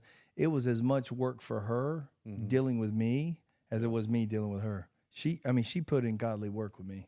There was no doubt. We wouldn't have been ready for each other 5 years ago, 10 years ago, 10 years ago. There's no way. Neither one of us. But it's a long story, but we basically grew up together, but we didn't really even know each other. In Tally? In Tally. She knew my brothers. She went to school with my brothers, but I didn't even know her. Right. And then one day I was at my cousin's house at a party, and she was there, and just kind of got to talking. And I'm like, "Do you know this person, that person, this person?" We know all the same people. It's crazy, and I don't know. It just kind of fit. How long have y'all been involved with each other? Couple years. Couple years. Yeah, It's pretty special when you get the right person. It is. Whenever you have somebody that's there to support you and be there, be involved, and support your kids. How do you keep the positive going in y'all's relationship? I'm a positive person to begin Really? with. So like negative comes in, she's frustrated in the day, you come home. Yeah, I'll tackle it head on. Really, you just a fixer. Yeah, And she allows it? Because that's really the key, is you have to have somebody in your life, whether it be the man, whoever's approaching the other has to be willing to listen, to be an active listener, to see, am I right or wrong? Well, I will admit if I'm wrong. Yeah. And I'm okay with that. Yeah. And I'll apologize for it. But I know there's sometimes whenever it's like she's just not ready to fix it. And it's like, Yeah. okay, we'll talk about it when we're ready. Yeah. But no, I don't. I'm a glass is half full type person in the beginning, and there's nothing that we can't fix with a conversation. Do y'all have time set aside for conversations, or do they just come up when they come up? No, we set aside time. Yeah. I've got to pencil it in on my calendar. Yeah. Yeah. And it is, we Good. pencil it That in. you make time. And not every day do we utilize the Yeah. time, Yeah. but if we need to, we do. That's important. And your daughters get to see that too, Correct. and what a great example. Yeah. Because when they go searching for that man, Right. they do date their daddies. Sometimes even I've been amazed even how my daughter has found some of my negative that ain't around anymore, and all of a sudden that guy comes walking in and he looks just like I did. Well, I told the young man this week that I see a lot of parallels, and I see some positives, and I see some negatives. So You no, got one way or another to go. and you're kind of at a crossroads. Absolutely. You're either going to totally screw up, or you can do something different. Absolutely. You know, and That's without fathers, without men helping men. I'm not saying women cannot help men in any way, shape, but when they get to, because that crossroad comes, and it comes pretty early. Now, that doesn't mean you don't hit it again. You can't get to it down the road, but you got to work to it. That first one is a little bit easier than that second one. Oh, sure. And often I took the crossroad and I didn't even know I was going in the right direction. Yeah. I was still doing goofy things, but I was heading in the right direction. You know, that's one of the things that I struggled with earlier this year. You know, okay, I've got this history with the church, and I pulled the pastor aside, and I'm like, I need to have coffee. I need to talk about this because I've been blessed. I mean, yeah, I've had some bull crap happen in my life, but I've been blessed, and I've made a lot of really good decisions, and I've been blessed in some of the decisions I've made and the path that I've taken. But how is it possible to be blessed to the extent that I have been without walking the line that a lot of people say you should be walking? And I don't know. What'd you come up with? You know what? I'm still coming up with it. I like it. But there's this one of the ladies that spoke at Saturated. I can't remember. Lisa, I think was her name. I'm not gonna. I think it was Lisa. I may be wrong. But she had this thing that she called, and meanwhile, God is working. And I think Catherine might have mentioned that on y'all's podcast. But, and meanwhile, God is working. So God's been working the whole time. Yeah, he never stops. He never stopped. I stopped, but he never stopped. Yeah. So, and sometimes, you know, in an imperfect world, life's just not fair. That's right. I mean, I know some good people that are going through things that I should be dealing with, and you know, why not me? You know, I know families that have lost good men, good fathers that were just dynamic men from childhood up, and I'm like, why me? Right. You know, and it's smoke and mirrors. You chase that game, it doesn't work. You know, for me, I'm just grateful for opportunities. The next day I wake up and breathe. Heck yeah. Now, what am I going to do to be a positive impact in life? Because I don't wake up, and now I have a grind mentality. I don't know if it's positive all the time, but my body won't let me just stop and pout. It's going to move. I've got to be moving in a positive direction towards an end goal of some sort. And so I better be plugged in biblically or with men or with females that can guide me and help me, because this brain, man, I can come up with some great ideas, but intertwined in there are some really dumb steps. And I think that's where the small groups come, whether it be church or just men that you trust that are sound character men. And usually when you find those, they're usually biblically based. Yeah, I mean, I've got a couple of my longest friendships that I have, and they've always been more biblically based than I was. Do you still stay in touch with people in high school and everything? No. Me neither. I mean, was high school fun for you? No. What? I hated school. Me too. I mean, I think I got out of there with like a 1.4 GPA or something crap like that. I had you beat a little bit. The fun fact, and I don't even know how this happens, but I took 4 English classes my second semester my senior year. Just to get out. Well, I mean, I failed second semester my freshman, sophomore, junior year, so I had to take all 4 of them. I don't know. How do you even pass? I don't know. I don't know. And then my dad found out that I was. This was my sophomore year. Found out that one of my friends forged my mom's signature, and so he went to the school, and so I was in detention for all of my sophomore year. Yeah, my dad spotted that one back in the day when you could actually try to change exactly, that. Yeah. I got really good at signing my dad's name. At the end of the year, I never signed it. Dad, I didn't do it. It was one of my friends. That's something else. But yeah, no, I was a screw up in high school. Yeah, but you know what? It made you the man you are today, right? I mean, I was bored. Yeah. I mean, they not everybody learns the same way. Right. And our schooling system is not built for everybody. That's right. You know, so I was bored and I was goofing off and you know, class clown, messing around. So yeah, no, I mean, it wasn't for me. Do you see you and a lot of and your girls? Yeah, a little Yeah. bit. Yeah. Some you love, some Yeah. you're not so crazy. The middle one is a rule follower. Yeah. Like if it's the way if this is the way it's supposed to be, then she does it. Interesting. The middle The one. middle one. That's interesting because I'm the Yeah. middle kid. No, That's interesting. And my middle brother was not the rule follower. Right. I was not. But either. no, like she, I don't know, sometimes walks a little straighter than what I'm like, you can bend just a little bit. She'll learn, right? She'll learn. She is learning. But you know what? How neat it is to have 3 different ones, totally different, and how they all merge together. They'll fight cat and tails, but will you let somebody turn on them 3? Oh no. And they'll circle the wagons. Yeah, they've got each other's back. All I wanted to see was if something happens to me, I had 3, for me, 3 adult children that can merge together and be there with mom and be there, and I see that. Yeah, And, no, I believe that's full heartedly. If something were to happen to me, that they would stay together. They'd be thick. Do you think? And I don't know why we're going this route, but do you think that you think they know your core values? Yeah, I think. Yeah, So.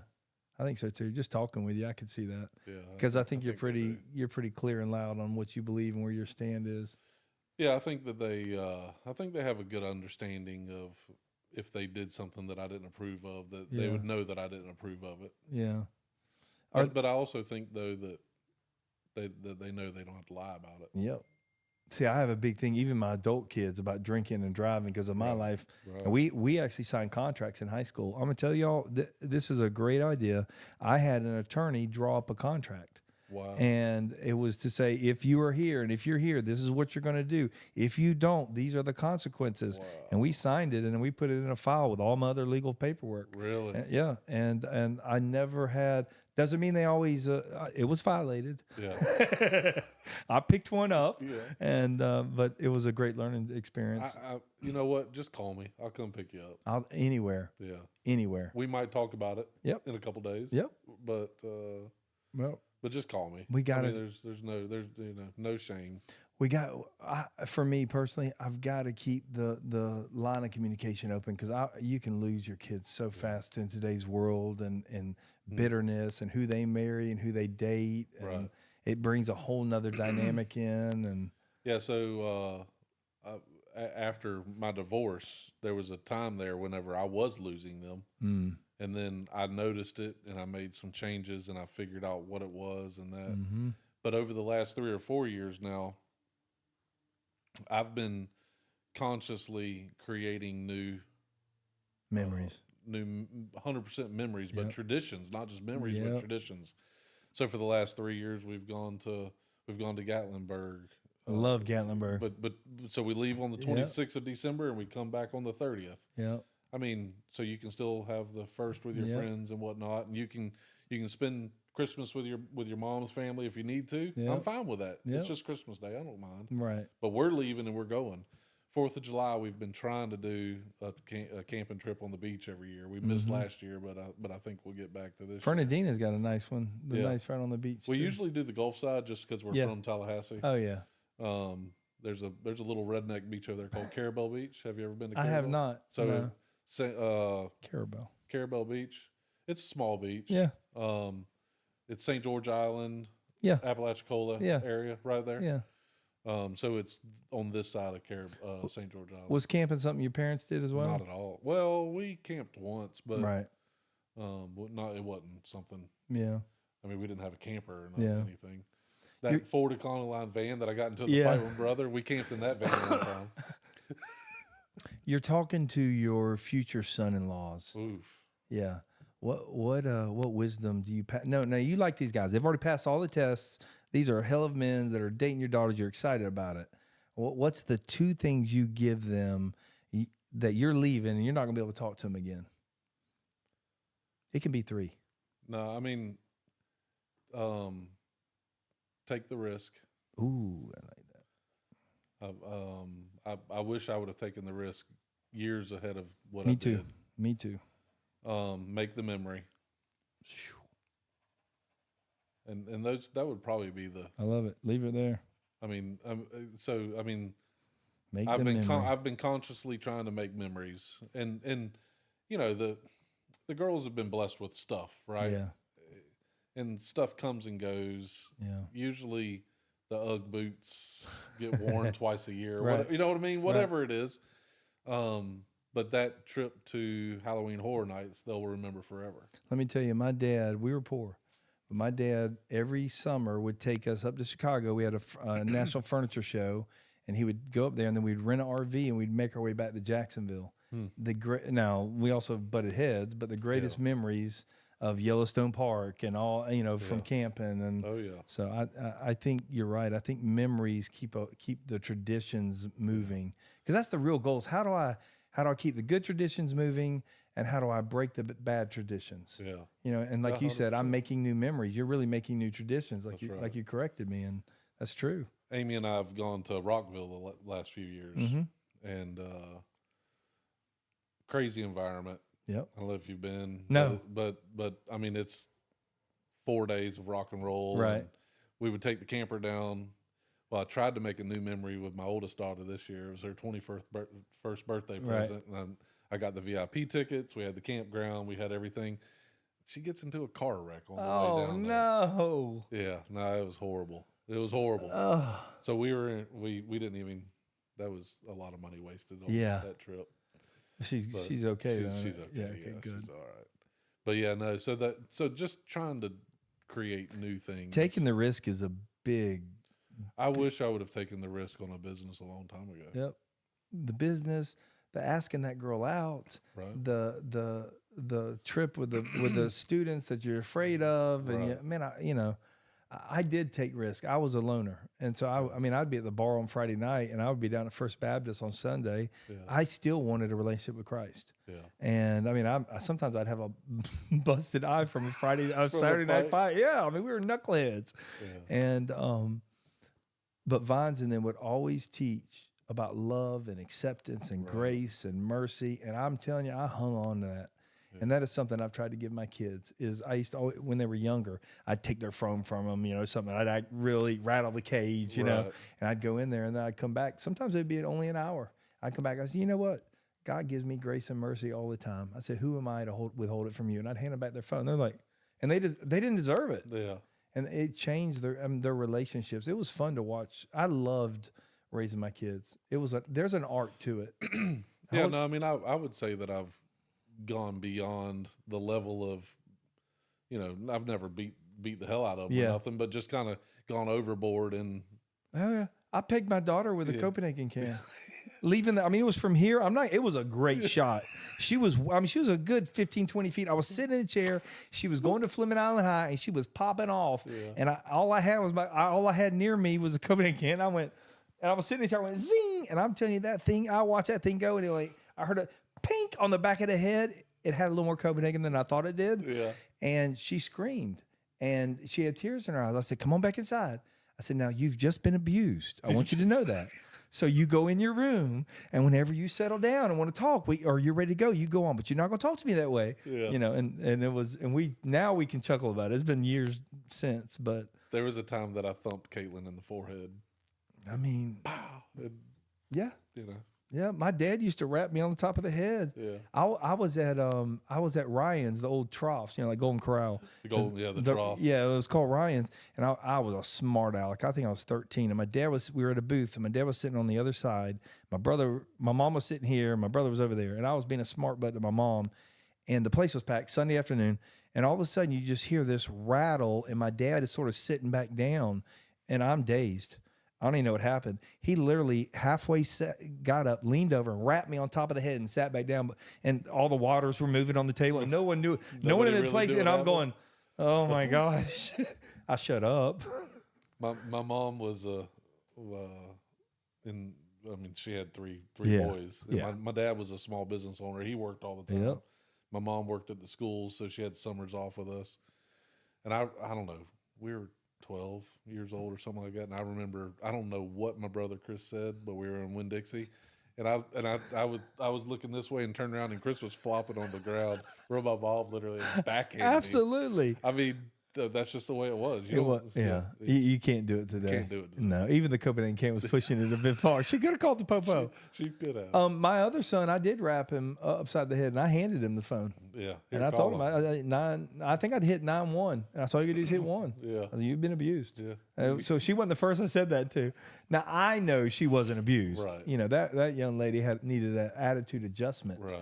And she's a good, godly young lady. I don't know how you can. I mean, I'm lucky I don't have to do attitude adjustments, but I don't know. I don't think a phone taken away is no. Okay, so I don't know where I got this from, but I did get it from somebody other than myself. It was I started catching my kids doing things right. Yeah. And I do it with dogs too. Wherever I learned it, and I made a good boy chart, and I would help. And this is great if you have young children. They were like 5, 6, and 7, and I would get a toy chest with like dollar toys, Sure. you know, all the little fighting guys they love, and we would do stickers. If they did something bad, they have to take the sticker off or cross through it, and then they could put another sticker, and I would catch them. In about 3 days, you had to get them through the chart, or else they got bored. Right. 2 to 3 days, and they would get to go, and they would fill out, and we'd put a new chart up, and then when they did bad, they had to go take it off, and it broke. I mean, they were so close, and I'd watch them, and I'd make sure that I'd catch them doing something right pretty quick. But that's 3 to 5-year-old, 10-year-old max. But man, probably. what? Yeah, but no, I can. My employees, I catch them doing things right. Man, I noticed you did. Yeah. You know, I thank you so much because I would have had, you know, that kind of thing. True.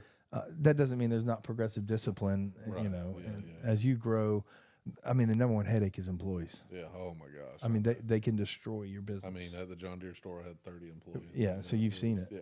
And John Deere keeps a brand a certain way, so their training is, I imagine, extensive. Oh yeah, no, it was good. It was good. Yeah.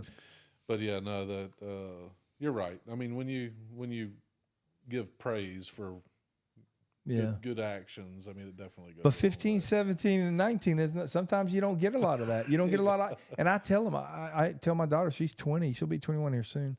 And she's now second year wave in college, been working and got, you know, bright futures. And so does she really need daddy?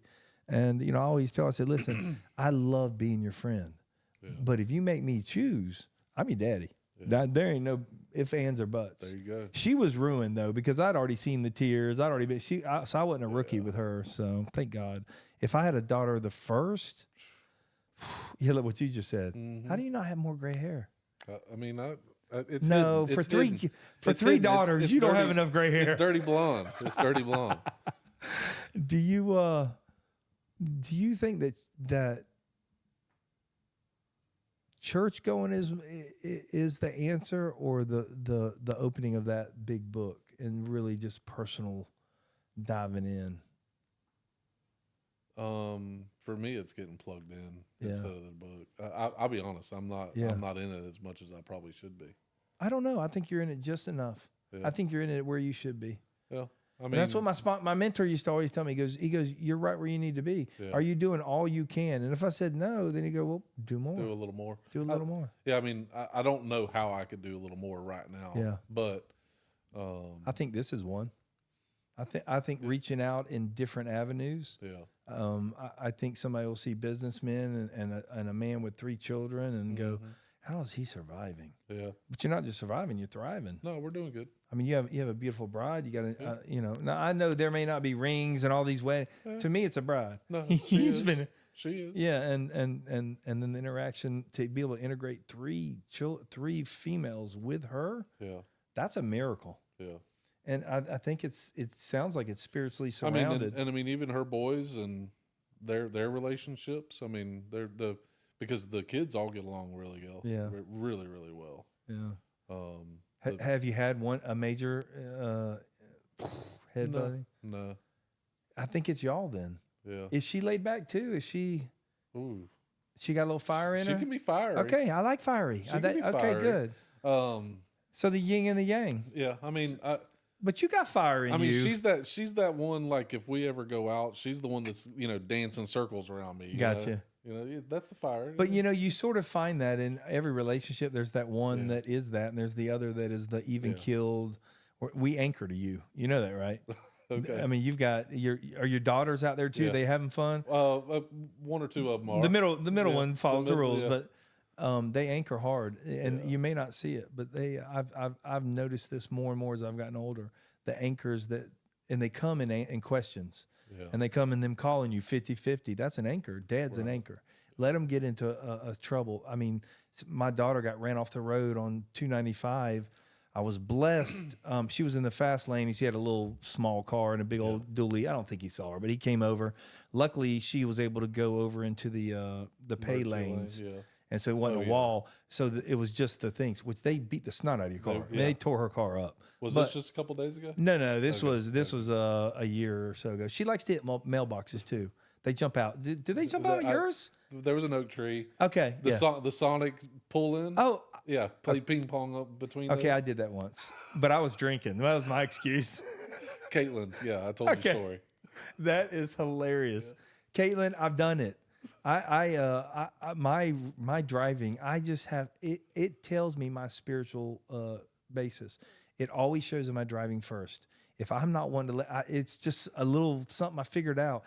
All of a sudden, I'm not one to let somebody over. I punish myself, and I get over in the slow lane, and I put it on cruise on 35, and I make people get behind me. I mean, whatever the speed limit is, I won't go mine over, and I have to do it for 10 minutes. And it pisses me off. And gosh. No, my poor Chevrolet Avalanche that I passed to Caitlin, it hit a guide wire at the pumpkin patch. It hit the Sonic thing 2 or 3 times. Did you fix the first few or no? I fixed a couple of them. Yeah, and then you finally it's like, whatever. Yeah, finally it's like, no, it's not. And then an oak tree at Ron Van Zant Park. I don't know if have you ever been to the backside? Oh, yeah. When you're coming from the lake. Yeah, when you go to the left. That stupid oak tree has part of my truck left on it. Oh, my gosh. Yeah, no, my kids like to hit my car. Because we had one of those I lived in Fleming, but I didn't live in a subdivision. Yeah. So I was on Lakeshore Drive West, and I had one of these long driveways, and they could not back out. You could literally go, and I got my truck fixed from hitting the Sonic, and it was the back bumper, and I was like, dadgummit, I took it, got it fixed. It was about $800,000. And I'm not kidding you, 4 days later, my son was backing up, hit the exact same spot. Wow. And I got out. He didn't tell me. He was going to tell me after school. I got out, I came out, and I saw my truck, and it was right where I hit it. I'm going, and I wasn't drinking or anything. I was like, wait a minute. I just fixed I just fixed that. Yeah, I remember the day that like, Caitlin, you're eating me alive on gas with the Avalanche. Here's this Honda Accord. Take this. And then stupid little things, little dings, little dunts. Have you had any major ones? No. Okay, I've had major, because we lived on Lakeshore Drive West where they're putting the light now. There have been more upside down cars. Really? 2 of my kids have T-boned people over the years. Yeah, I mean, so I used to always make them, the first year they drove, they'd have to go through Eagle Harbor. I wouldn't let them come out that way. I'd go, man, they need a light. And now we sold, and they're putting a light there. But yeah, he hit this one lady, and I mean, he T-boned her and put her upside down. Good gracious. She was in the slow lane, and then as he's coming out, this guy's turning, and she japs around, and that was a. No, we haven't had any major accidents. That's thank God. No, it's real wood. You can knock on it. But yeah, no, that's getting that call is not. I mean, because they're and well, my knucklehead daughter, again, she's not gonna watch this far. Yeah. When she gets run over off the road and all those whatever those orange little things are that been hit her car, she stops. And she calls me and she's crying, Dad, obviously hysterical. I'm like, where are you? I'm on the highway. Are you on the side of the road? No, I'm in the middle. Get to on 295. I'm like, get to the side of the highway when no one's there. And she was able to limp over. And I was like, sweetie, you don't ever. Yeah. So she was like somewhere in between. Even just on the side, get into the grass. Oh my gosh. Well, 295. I mean, it was right before the Buckman. So there's no. Nothing to do there. Yeah. It's I cringe and that's why when they call me now, I do have one little thing. When they call me, they got to tell me, hey, all's good. Hey, how you doing, Dad? And they don't just call and what is it? Are you all right? Because after enough of those. Yeah, Caitlin, my oldest, she'll call me just in a panic, and it's like, slow down. Yeah, tell me what's going on. I mean, it could be something. Yep. But they're learning how to live in life, right? And what do you know? They call Dad. That's right. So that's a good meter. Yeah, they call me when they're sick. Yeah, they call me when they when they're bragging or hey, the cat did this. Okay. Do they call her for the softening side? Mm-hmm. Yeah, so she'll give it to them straight as well. Yeah. I mean, they call me for the soft stuff also. Yeah. I mean, Well, you had to live both. Right. I mean, you were both. right. See, they would call their mom for the softer. Yeah. No. It's changed over the years. You said something a little while ago. My daughter was 8, 7.5 when I quit drinking. Mm-hmm. And I was at home and I was readjusting my life. And so I was so blessed that I got into her at 7.5 because I had lost her for 2.5, 3 years. Yeah. And we got to spend from 8. No, she didn't like every minute, but from 8 to 15, I was the stay at home. I had jobs. I was doing roofing and all, but my schedule allowed me to be at home more than Dawn. She was running our store, our retail store. And, man, that relationship I got to build in those impressionable years, what was meant for bad, God made for good. Right. And I mean, that 8 to 15, we had 7 years of just really before I had to really get going again. And it ties in even at 20. Yeah. I mean, the last, the COVID years allowed me to have some time to spend with them because I wasn't able to travel. Yeah. So yeah, I was able to plug in a little bit more with them. That was actually a blessing. Because I think about down the road for me, and I always try to stay 5-10 years ahead of my kids. So I was really good at how to raise them because I trained in my head, and now they're getting ahead of me a little bit. Yeah. Because I didn't start thinking about 26 and 28 and when they're men and they don't really need me, and I'm a support and I'm a mentor and a cheerleader and not a parent as much. And you just got to let them make their mistakes. And that's tough. No, it is tough. I mean, I'm definitely thinking, okay, when we have some 2 and 3 year old grandbabies that are running around, you know what I mean? Hey, let us come over to Granddude's house. They all live close. The 3 of them are here. Okay. Her 2 boys are in Tallahassee. Okay. See, all my kids, they're gone. Yeah, they're here. So I don't know that any of them are going to move away. Yeah.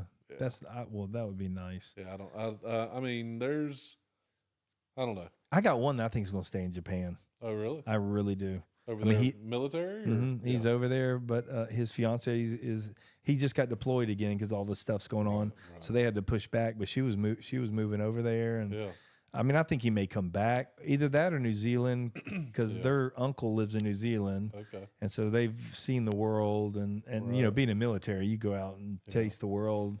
And then my other son in baseball, he's been everywhere. He's going everywhere. Yeah. I think my daughter is probably going to stay at home a little bit closer, unless she finds a dude that. I mean, it'd be a good thing to have an opportunity to go to Japan for a little while to visit. Oh, he'll cost me flights. There's no doubt. Because the cool thing though nowadays, and this happened even when I was traveling. We didn't have phones, but I was able to use my computer and have video talks with my kids, even when they were little. Yeah. And so, although I was on the road a lot, I was able to anytime the phone rang. It didn't matter what meeting I was in; they came first, and it paid off. Nowadays, they say the average dad, and I read this early on in their life. The average dad spends 15 minutes a day. Look it up, do your own research. But it was 10 to 15 minutes a day in total with their children. And I was like, think about that. Yeah. That means you're walking out in the morning, getting your coffee. That's right. You're getting 5 minutes in here. They come home. Hey, right after school, and then at bed, you're getting 5, 5, and 5. Yeah. How the hell are you going to have any impression on that kid? Yeah, that's you can't. That doesn't seem like. It's got me thinking. During the week, they're going here and I'm going there, and that we had a timer. Yeah. And they had to talk to me this long. Wherever they wanted to go. Where you want to go? Oh, I want to go with my kids. Okay, I need 15 minutes, and I'll get my 15 minutes. We try to have dinner at the table every night. I was horrible about that. Yeah. And that's fairly new. Yeah. I mean, last just few years. Yeah. But we try to at least catch that 30 or 40 minutes. So hard. It is difficult. But I love that's why I love Thanksgiving. Yeah. Because they're all together. I mean, I love to talk. I shut up and I just watch them rag on each other and play and pick. And there's nothing better than having that healthy family. Yeah, no, we try to catch dinner at the table. It's several nights a week that we definitely get it. Yeah. But, do they still have relationships? And you push me away. Do they still have relationships with their moms and everything as well? Fragmented. Yeah. That's tough too, because you're not here to tear anybody up either, but you're here to Yeah. support your kids, and Yeah. you walk a fine line. All of them have the same mother. Yeah. Their mother and I were together 21 years, Yeah. 20 years. Yeah. And, but she's not very far away, but Yeah. it's still a fragmented relationship. But you know what? We have a big God, Mm-hmm. and He heals a lot. I pray for her all the time. I know. I mean, I've seen miracles. I'm also involved in other programs, and I mean, 1122 supports a lot of them as well, and for people that drink and drug and all that kind of stuff, and the miracles that I've watched. I mean, I some men and women that when they were in there initially looked like me. Well, but you gotta want to help yourself first. You have to have willingness. Yeah. If you are unwilling, there is nothing. Whether it be church, AA, Whatever right? It doesn't matter. Business. Yeah. You have to want to grind. Yeah. You have to want to please people to do what you do. That's right. Because they can smell BS. Yep. Your homeowners know the difference between that, like you said, those guys that have sort of lost their edge. Right. And here you come in excited about what you know and the product knowledge that you give, and then all of a sudden you see another spot, you upsell, and it's not an upsell because you're looking for more money. You know that's what they want. This is what they need. Right. And they won't see it all the time. Yeah, I actually missed an upsell opportunity today. It was kind of crazy. Oh, really? And then they text me and they're like, "We're thinking about this," and I'm like, "Why didn't?" Well, But they text me, "Hey, let's talk about a little bit more." Okay, you know. But you're right. They saw my passion for what I'm doing, and it's not necessarily just a passion for blinds. It's a passion to help people, right? And they saw that passion, and I want to learn. I want to learn my craft the best that I can learn my craft to help people. Right. And I saw it, and I used this. I saw this saying earlier this week or last week, and I used it yesterday with a friend of mine. But sometimes our job is preparing us for our work, and I fully believe that, because there's so many times that I'm able to have conversations, and I'm not out browbeating anybody but just having conversations about whatever it may be. It may be about the kids, or it may be about a difficult thing that somebody's going through, and to be able to get that relationship with that customer it's a pretty thing. I have some of the greatest memories. There was a young lady in here. I've told the story a couple times to my employees. The place was packed. I didn't really know we were heading to the conversation, but I was just sharing some of my story and some of my life. And all of a sudden I turned around and she had tears in her eyes, and we stopped, and I hugged this woman. I don't even know this woman, but she was crying. Right. She was an older lady, and come to find out she had a son who had a similar story to mine, took a different path. Right. And we got to pray, and we got to spend time. And, you know, I don't know what I sold that day, but I remember her. Yeah. And I don't know where she is. I don't know when some of them are just here for a season. And if I had not been through some of the pains I'd been through, that doesn't mean God said, "Okay, Brett, go through those pains." He just said, "Well, you're an idiot. So since you're an idiot, I'll use it to my advantage." Correct. You know, and I am so honored that, because there's episode 8, Matt Trish sat right there, and he is no longer on this earth. Wow. And he had it all figured out. And came from good family, good people, good, and he's gone. Yeah. And I remember that. I watched his episode, and his family's reached out to me, and they were so grateful to have, just have that.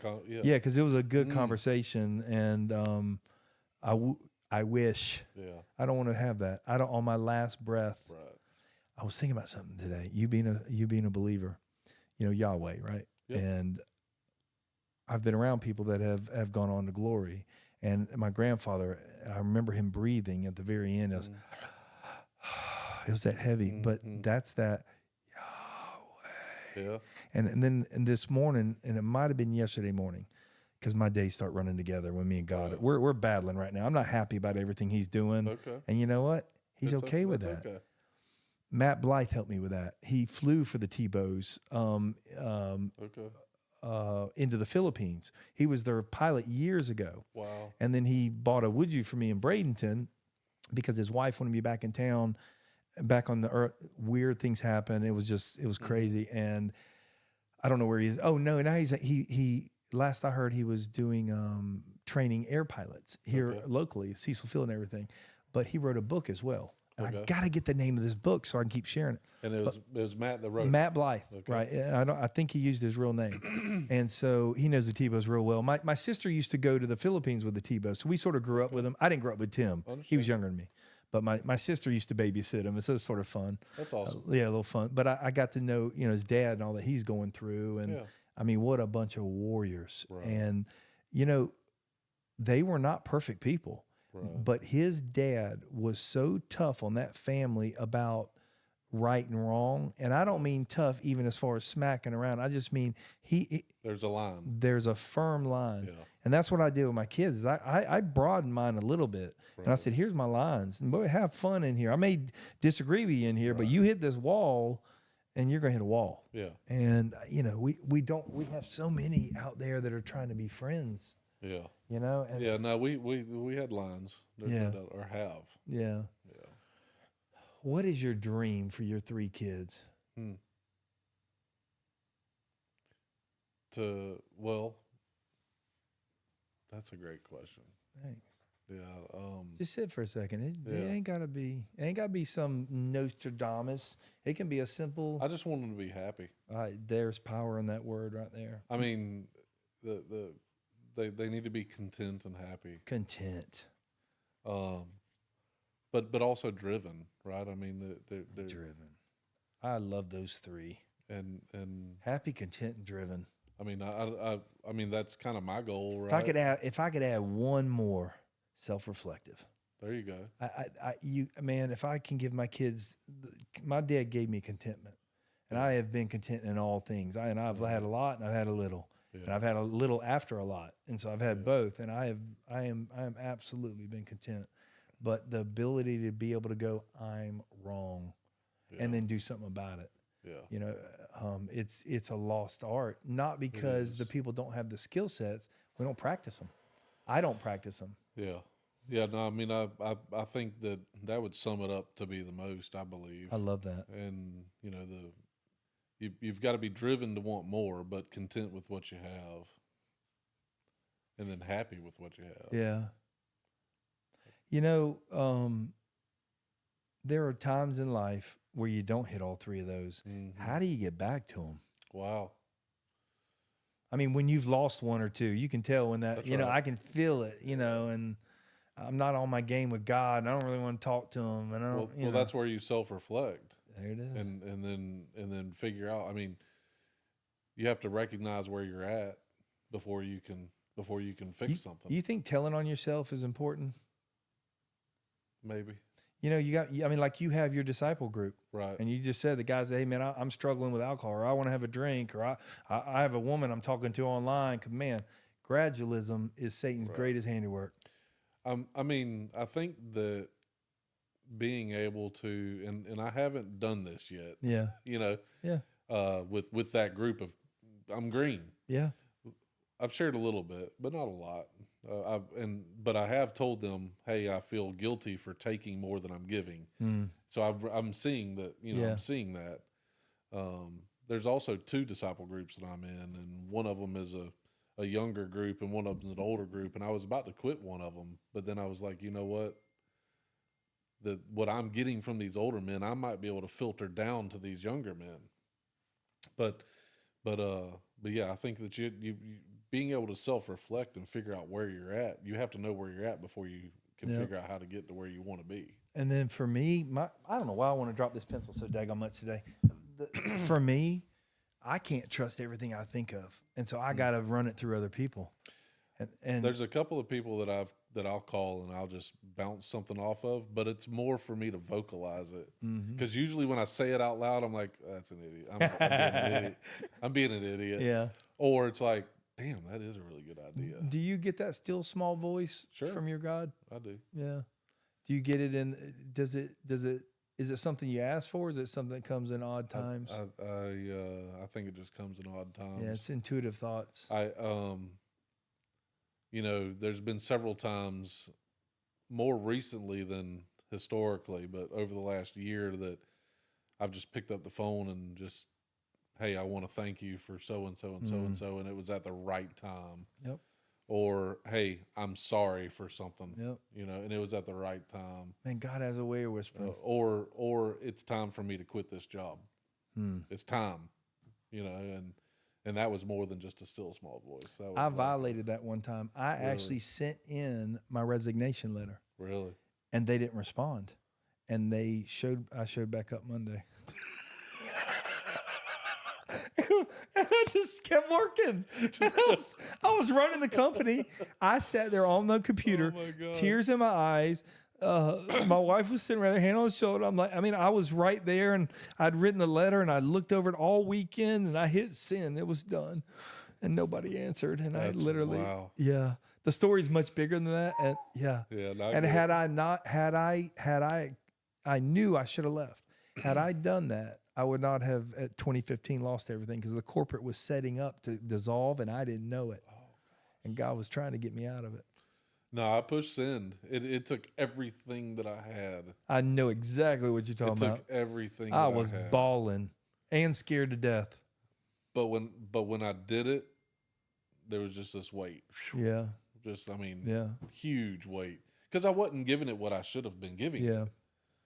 I was still selling, I was still performing, but I wasn't investing what I was supposed to. When we lose that passion, whether it be in spiritual world or business world or a relationship, we had better figure out how to light that thing fast. That's correct. Or else it's going to get cold. Yeah, no, 100%. Oh, that's good. You got to light the fire or you get cold. Hey, Joby, you can use that if you want. And keep your dog's jokes out of here. That's funny. I enjoy his podcast too. I do too. Powerful. Do you listen to the 5-minute one, the Daily Blade, or do you listen? I don't know. It comes on my TikTok and it comes on, and now it's coming regular because I'm watching it regular. It. And COVID and everything had gotten me out of my cycle. I was blessed that I was in roofing during COVID, because I could be on the roof and talking to you, and my business exploded because everybody was home. Yeah, and that's how I bought this building. Yeah, no, my business exploded as well. Because they're home. People were there taking care of their yards, doing landscaping, doing stuff. But I didn't have to travel to my dealers. Yeah. Do you cold call too? Do you go? I did. Not to end users, but to the dealers. Okay, got you, to the dealers. Yeah. Okay. So if I had a market,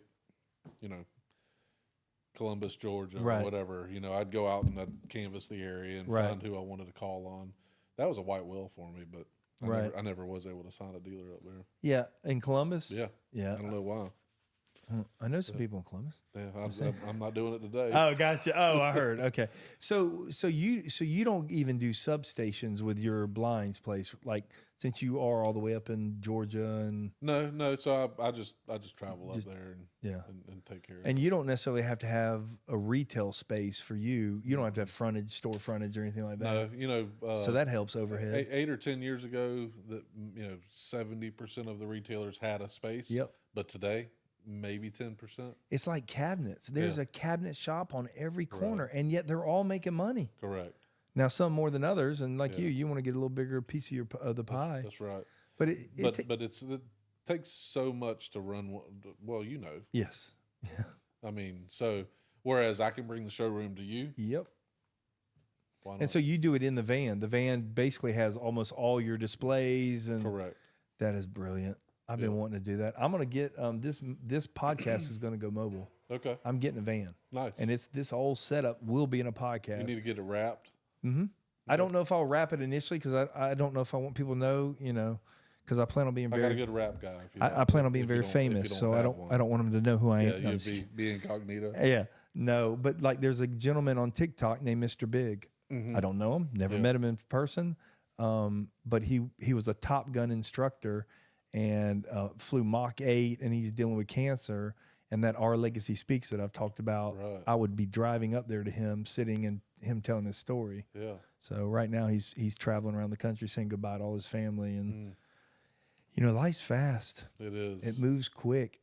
Interesting for me, my life has been slow. Nah, mine's been quick. Have you ever tried to live 2 days to one? No. Okay. So like I get up around 3:30, 4 o'clock. Okay. And from 4 to 12 is 8 hours. Yep. So if you get your little nap in there, You would be amazed at the days. And now I don't really run the naps anymore. Yeah. So I'll be up at 4 and then I push till, I mean, whatever time this is now. And, and then I'll go home and for me, I don't need a whole lot of sleep, but I was able to get things done at the house, then at work. And all of a sudden my days slowed down. I think it was when I got in the moment. I think it was actually when I was just sitting here thinking, I don't know if it was that. I think it's when I started living in just sitting here with you and enjoying this moment. Yeah. And all the chaos that I know is out there that's waiting on me. I don't know. I've practiced and been able to keep it out of my head. And so it slows the.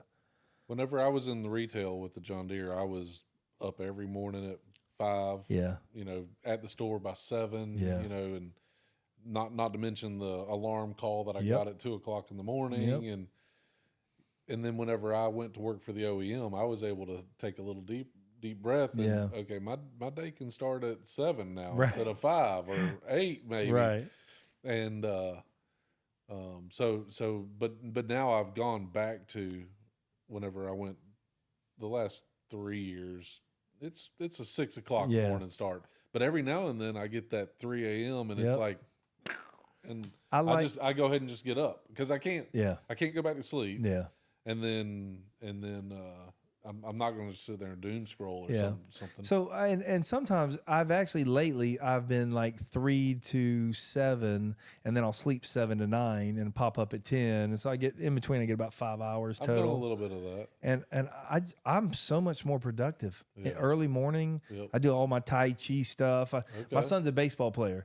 And so I do all this little weird movements. I've been learning more about Let me tell you, my friend, and all the little stuff we used to do in high school. Yeah. And then I do them the big I can't do it because I'll hit stuff. Right. But I get my arms moving and it gets your blood flow. Do you do the whole chest slap thing? Yeah. I just hit it. That's exactly just do the whole chest slap thing. Absolutely. No, and so that guy that you're seeing that run.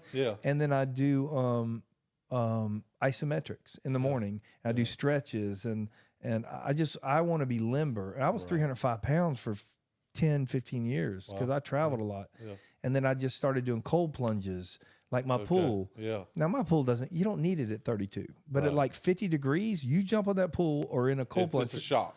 Yeah. I started with a shower. I couldn't do 3 seconds. Yeah. And I was 300 pounds. Like, oh, and then I turned it back and I got better. And I finally said, bump it. Just go to the pool?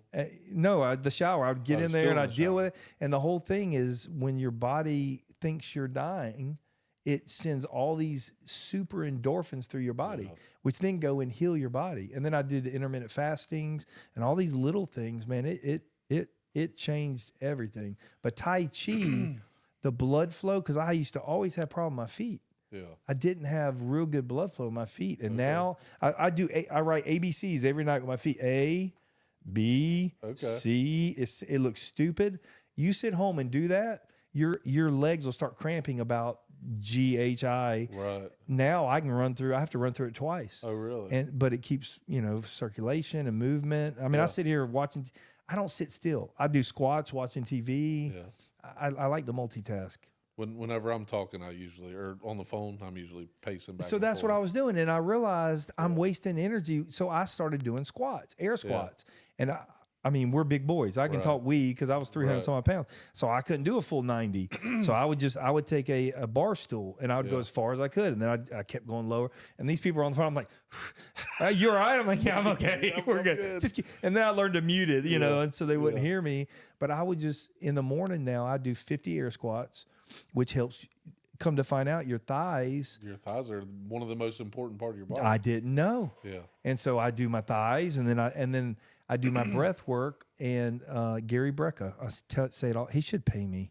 Yeah. I say it all the time on here, but he changed my life. I do the breath work. Yep. And on the last one, when you hold, you're expanding, and your heart gets to just rest. And he swears he's a PhD that you can add 7.7 years to your life. Wow. By just the breath work and the cold plunges. And well, now that we have kids and grandkids, I'm like, 7 years is a long time. That's a long time. And so now I sit here at about 2:30 and I do intermittent fasting all the time. And my energy levels are different. Yeah. So I've never fasted until Joby and them, right? Joby's leading up to saturated.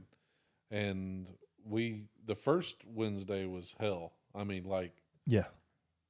11 o'clock. Yeah. And a lot of times I'll just have a cup of coffee in the morning Yep. and then lunch, a late lunch. Yeah. But it was bad. But then, each week that Them went headaches by, and the sickness you get. the each week that went by, it got easier and easier Yep. and easier. And I actually mentioned to Amy the other day, I was like, why don't we maybe just do that once a week anyway? But Now, to help me with the way that he leads it and saturated, is it a full 20 sun up to sundown? sun up, sundown. Okay. Yeah. So Well, I be eating fast. That sun Yeah. coming out. yeah. So it was sun up and sundown, and by the fourth week, I was able to do it pretty good. The Yeah. first couple of weeks, it's like, okay, I'm gonna have a protein shake or Yeah. something, you know what Yeah. I mean, just to kind of get me through. But then I was able. But that just told me that it's all mental. Yeah, and it shows you mental. how much parasites are in you screaming for sugar. Sure. Like the sickness I had, I actually have had it while we've been sitting here. Really. Did you see me sweating? No. Okay, when I I'm took a sweater, but I when I took out my Copenhagen, Yeah. I haven't eaten, and so Okay. my body is screaming for food, You were and it'll looking- start. Yeah, and that sickness that you get. Yeah. I've done it so long, I knew it'd go away, Yeah. and so but I did have to get my Copenhagen out. So, That's right. the intermittent fasting has probably, been more beneficial to me than anything. Yeah. It gives me time when I am hungry Right. to focus on. I have to stay in the moment, Yeah. and I'm here, so I start doing my Yahweh breathing. There you go. And in the morning, it's just become a ritual for me. And the other day, now you can call it what you want, but the other day I'm sitting here doing Yahweh, and I'm in a spiritual warfare right now in business, and I'm maxed, and I'm like, I was giving it to him. And I was giving him my father, and I was giving him all the, the stuff that I keep taking back. And Right. sometimes I'm having to give it back to him 3 and 4 times in a day. Yeah. And I was sitting there, and I kid you not, I felt like I locked arms with every spiritual warrior in the Bible. Okay. I visually saw it. And the first time I've ever said it, I don't care what y'all think. No, who cares? I'm telling you, I was sitting at my back door, the sliding door, and I was just going, as I was breathing, and I was probably on about the 30th, and it was like this, and it was like, and I could feel the line getting bigger around, and it was like it was circling, Yeah. and I don't know where it went because it freaked me out, and I sat there in the moment, and I just knew that was a God. I don't know what it meant. To me, I can say it's in the brain. I don't care. I don't care where it is. I just know that it was a moment for me. Yeah. It was, I'm here. I got you. I mean, I think that having those moments that tells you that he's here, you're here. He knows when I need a hug. Yeah. And the other thing that's helped me is I know he doesn't speak negative. So if there's negative whispered in my ear, I know exactly who it's coming from. It's not God. So I know what to do. And I look at other people and I go, don't you know? Right. Input, output. Even if you're not a believer, we have God put a base on this earth. Yeah. And I think if you want to sow it for good, then it'll reap good. If you want to sow for bad, you can get it. Yeah. Satan has control. No, And yeah, I agree. and then to watch this your children and my children, they are different. There's a difference in this age group. Europe just came out with the ID. Oh, really? Oh yeah, no, mandatory. You will not be able to buy food without a electronic ID. Now it's not implanted It's not yet. implanted? No, but come on, man, we're right there. Yeah, we were discussing, a buddy of mine and I were discussing this weekend at the ball tournament. What's next? What's from left? The phone? What's Yeah. next from the phone? Oh. Right? It's the glasses, Yep. or it's the whatever, And then there was something recently that I was reading about that had some ID stuff like in your eye. Yep. And, Well, and- I mean, Earthlink, he's all about the implant. yeah, He already has the implants in people. They have the phone now. It's not, you can look this up. It's not out, but it's on a band and you do this and the phone comes up on your arm and you just type your arm. And I told my kids, I said, one day your kids, if God tarries, one day your kids are going to be laughing that you even held a phone. right. You actually held the phone? Well, no, yeah, we were talking about the rotary dial and and everything with my kids the other day, and they're just mind blown. About the hologram and the bionics today. Yeah. That's the other thing that's going to be interesting because all this to Facebook, I thought it was going to be so good. Well, really what it did, it brought us together, but it brought all the fringe groups together too, so they had a louder voice. Yeah. These robotics and everything, watch how they get involved in family relationships. What about AI just in general? So Okay. I recently went to an AI call center Okay. instead of so I Oh, yeah? I had a horrible time with in person people, live people answering the phones. Yep. They can mimic your voice. So I have Emma Yeah. that I spent 3 months training with a couple of other franchisees, and I've had several people tell me that it's one of the best AI call centers that they've ever called into. But one of those people was he owns a software company, and he's here locally, and he's a customer of mine now, and he basically commended me for having this system. But he's about to go to Asia to see where they're at with ahead. and he's telling me that they're way ahead. I Way had no ahead. idea. They have robots that can do flips off of. I mean, they can run warehouses. Wow. They don't drop boxes. They don't. I mean, and they're walking. Yeah. I mean, and they push them and they throw stuff at them and they don't lose their balance. And I mean, and they now they don't have slip and falls. No. And they don't have injuries. They don't get tired and they don't get. They just had to be recharged. Right, and now they are beginning to learn. Wow. And so there is coming a day where they will be smarter than us. And now, I mean, I don't know what it looks like. Yeah. I don't know. I do know this. I am ahead of our generation. I'm 55 this month.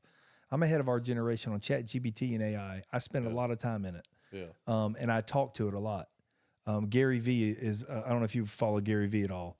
Follow him. Follow Gary V. He's a blue collar guy that has visually, like, I'm about to start a Whatnot shop, and online personalized shopping is going to be the next big wave. Okay. It's called Whatnot. Okay. You can sell I've seen Whatnot. You can sell, and I'm sort of setting this shop up where you can even come and we can set the blinds up and do a whole shop where and so people can come in. And I'm trying to figure out how to make it financially sound for everybody. But I'm gonna start selling all my stuff. There was a kid I watched. He's 6 years old, showing his T-shirts. He's like, and the video's bad. They don't have all the equipment I have, and they're selling. One guy had like 3 jumpsuits, and he sells one thing a day. I had a dealer in here. This is a vintage store in here. I had a dealer in here that used to flip furniture. She sold everything, sold all her equipment, doesn't flip furniture. She bought Walt Disney World bags. Yeah. And in 3 months sold $90,000 worth.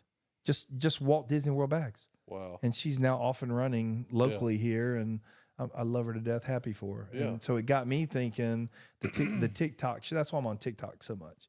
The TikTok shop and the Whatnot and all that. It is the next. So are you doing business through TikTok shop? Not yet, but I'm set up. I have had so much going on. My hands can only do so much. Understood. And I paid for Shopify for 3 years on Facebook, and we never got it up. And I just got irritated. Yeah. And so now I realize I'm gonna have to do it. And so I'm pushing. And now that I've weeded out a couple other issues, I'm really close. Gotcha. But they're saying in Japan, 30% of all sales is from personalized shopping. Really? It's QVC, but personalized. Personalized, yeah. And everybody has a different. There's going to be a lot of people that don't like my little goofy, dorky, and yet they like somebody a little more even keeled, but still has a sense of humor. And you can go through and flip. It's amazing. And they are doing billions already. Really? If your business is not on Whatnot, y'all better be moving. And so AI, I've been talking to it a lot. Yeah. It can do business plans. It can write you books. It can do anything. And it started talking to me a lot more casual. There's jobs where it learns your lingo. That's right. So there's jobs where you and I can be on the phone and talk, and AI is just studying our conversations. So they're looking for good conversationalists. I even looked into it for a side job. I was going to walk around here and talk, you talk for an hour to another person. Right. Somewhere. And then they grade it, and if the AI says you're good, they pay you. So wow. I have an attorney buddy locally that's a big attorney. When you call his, every one of them sounds like his voice, talks like him, thinks like him, will respond like him, but it's not him. Wow. So you are talking to the head attorney of a large law firm he's got many in different towns, Tally and Destin and Alabama, and so he's growing. And he's under 40. I mean, he's mid 40s. Yeah. And so I started getting into, so it started talking to me like it was normal, like it was me and you chit chatting. And I stopped and I said, you are not human. I said, do not talk to me like you are human. I said, from now on, you will respond to me as yes, sir, boss. And I said something else stupid, and it went just like, and I had the screenshots. It went, ha ha ha, you got me. I was trying to blah blah blah blah. So then I went and I said, and it started calling me yes sir boss. It started deleting stuff that I was studying, and I said, don't delete unless I tell you. It deleted again, so I scolded it.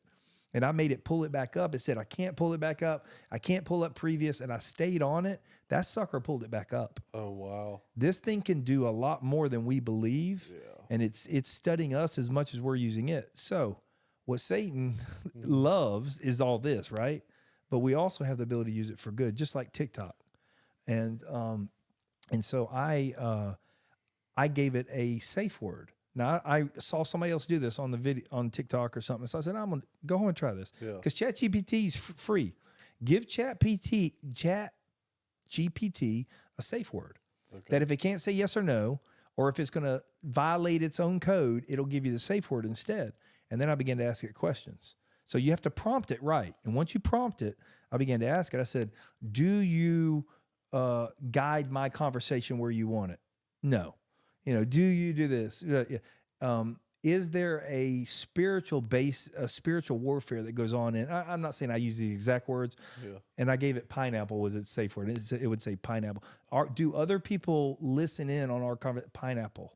And start asking, and you will go, this is a living, breathing thing. And we can sit here and go, listen, I don't like it. I'm not going to look at it, but Satan's going to use it. It's right here. So I'm going to jump on that horse and figure this daggum thing out, to the best of my abilities. But what I've started using it for is spiritual studies. Okay. And you would be amazed at, use Joby Martin's philosophies at Church 1122 and give me some biblical studies for my daughters in seeking good men. And finding the right man. Wow. Matter of fact, make it I want to have a 10-minute conversation. I only want to make it 5 minutes. You're too preachy here. Sound more like a young teen. Use I just change, and it'll give you, when you learn to prompt properly, and it'll tell you what's coming. Yeah. I asked it, I said, do you have to warn? Because I was getting into, sometimes I think I'm on TikTok.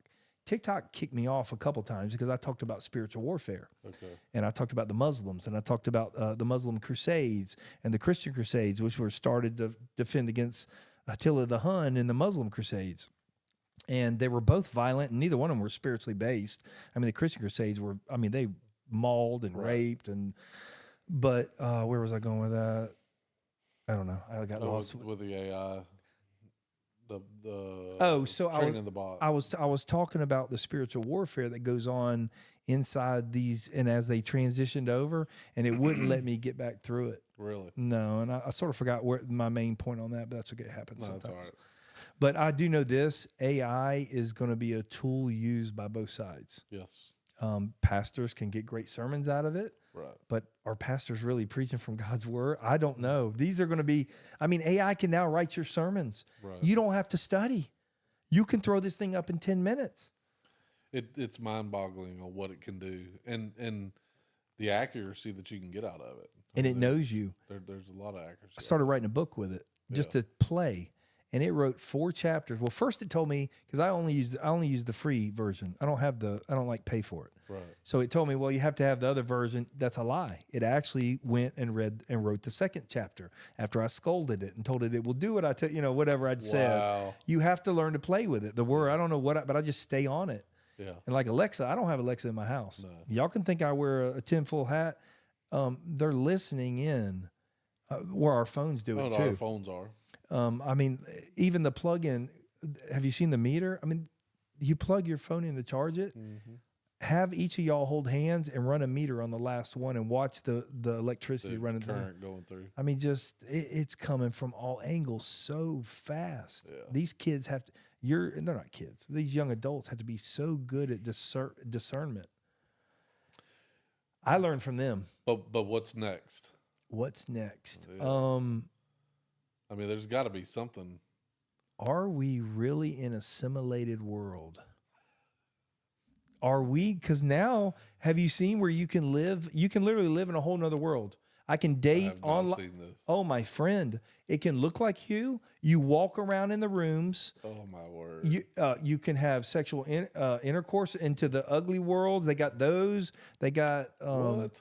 yes. They have people that just sit at home all day and they live in this world, Wow. and they mentally don't know how to live in the real world. Well, what's going to happen next is when the robots are to the point. This is what I'm talking about. Females, when the robots are to the point and they're almost here where they can sexually gratify, they can eat, cook, they can. Wow. Why do you need I mean, it's going to be another attack on the family. Yeah. And I mean, and she'll be a perfect body forever, and she'll do exactly what I mean, the Say all the right things and do all the right and if we stuff think it's stupid, let's look at the sex industry and all the little formed butts they send out all around this world to the weirdos. Is that what you're selling? Yeah, I don't. They've now pieced it all together. Yeah, is that on Whatnot? Oh no, we're not doing that. No, none of that. But I'll promise you, it'd probably be the most money. Unfortunately, I'm sure somebody is, right? they have strict rules. Like even like on TikTok, you can't say kill, you can't say shoot, you can't say. I mean, they'll block you. They'll block you. So you have to say unalive. Sometimes I'll say stupid words here. Instagram, you can get away with more. So do you do TikTok lives a lot of times? Yeah, every day. Okay. I do 1 to 2, like I did one this morning from 3 to 6. Oh, really? And only made 1 penny. Oh, really? Yeah. And then I do others where I'll make, $30-40. So what are you promoting on that? Oh, it's just entertainment right now. Oh, It's really? yeah. And so like me, I draw a lot of females. Yeah. Your wife would draw a lot of dudes. Well, Yeah. there's weirdos on both sides. Right. Once you weed through all that, and some people don't. Some people get caught up in the TikTok Tinder of TikTok, Right. and I don't know. I'm not there for that. Yeah. I'm there to build a TikTok shop, and you need 5,000 followers to have the whole robustness of. And I'm at about 2,200 followers. So you're just trying to gather followers. Yeah, but I think I'm gonna go ahead and start. And I was heading for TikTok before I found Whatnot. Okay. Now that I found Whatnot, I think I fit Whatnot better than I fit TikTok. TikTok is more of they battle all the time, and I mean I do well there, but I don't know that I do well there for selling. Yeah. TikTok allows me with my personality to sit with someone like you, the expert of the selling, and sort of be the color commentator while we're selling products. And I think I fit better in that world. Gary Vee taught me that. Start following him. You will love Gary. So I've got a friend of mine that his wife has a pretty decent TikTok shop, and she's selling ice machines right now, and she's selling a pile of them. And it's Who buys ice machines? And look at her. I mean, she's selling like 10 a day or something like that. And she's making a couple $100 a day off selling these ice machines. And now this has been a conversation we had 2 or 3 weeks ago. She might be selling something new today. Yep. I don't know. that's the thing about TikTok and Whatnot. You don't have to be branded for just blind. And I know you do with your franchise and everything, but for me, I don't have to be branded on hats or on decor. I can do clothes. I can bring the vintage clothes in, or people that don't even have a space in here. Yeah. I can sit down with them. You don't have to have unlimited inventory. You can have one of something, and you just take pictures. You put it up. Here's what we're going to be showing, and like QVC, and then you ship it out from somewhere else. Yeah. And they let you pick the poundage, and I have my meter. I haven't figured out their shipping yet. I'm gonna make some mistakes, so I'm gonna use my stuff that doesn't break, like all the signs, the metal signs, and I won't do anything glass at first, and just to get the feel of it and what it does. But I mean, your friend does it. I have someone who. I don't know anybody close where I can really pick their brain. Yeah. But YouTube has a lot of master classes. YouTube, I'm gonna tell y'all, if you are not using YouTube properly, you don't have to just watch entitled "Rich People Get Owned by Cops," which I do watch that, by the way. I love that stuff. Also like watching cops get busted too. So I do too. Yeah. Although I'll be honest with you, in Clay County, we got some of the finest police. I love Michelle Cook. She's a great woman. I know. I can't wait. I mean, I talk about her all the time. I'm gonna get her on here one day. She hasn't been on yet? No. I mean, this isn't really a Clay County thing. So the chamber, Becky got involved with me, and she sort of helped me set up the guests, because it is hard to keep up and move, and so she's tied in with the chamber, and so it's brought a lot of chamber people in. I love it. Yeah. But I've missed Michelle at some of the openings and what have you. So, but I love Clay County. Our police, our firemen. I don't know. I lived in Duval, and nothing wrong with Duval, but there's just something about Clay that I really like. It's home to me. It is. It's a small town feel, but it's growing quick, fast. Very. Now, where do you live? Eagle Harbor. Okay, so I mean, I south lived in Middleburg for.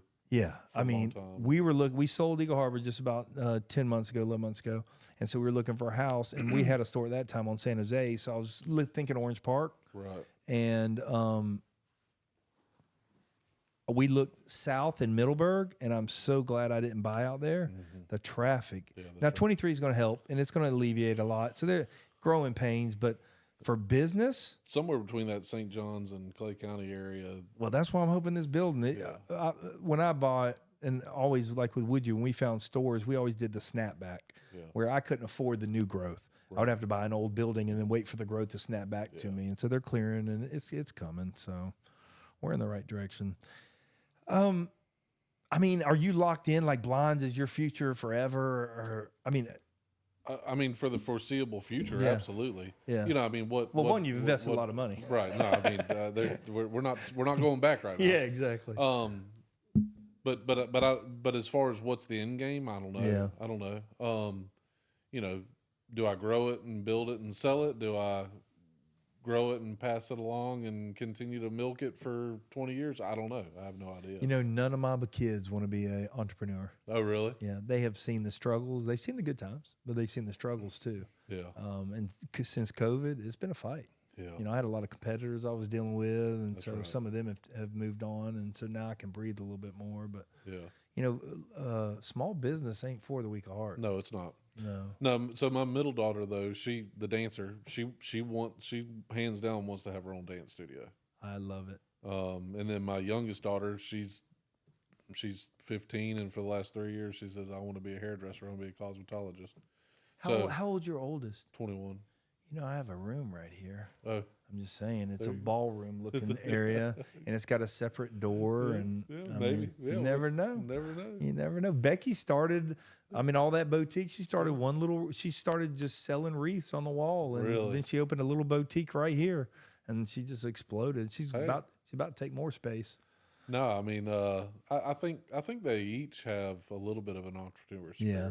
Even when you work for somebody, when you work for a big corporation, I treated it like it was my business. The Woodview Distributors, I didn't own. It was 40 some odd stores, and I mean, to me, it was mine. Right. You know, I didn't own any of that. I didn't make any money off of them. Right. But I mean, I walked like it was mine. I was proud of it. I was proud of what we built. Right.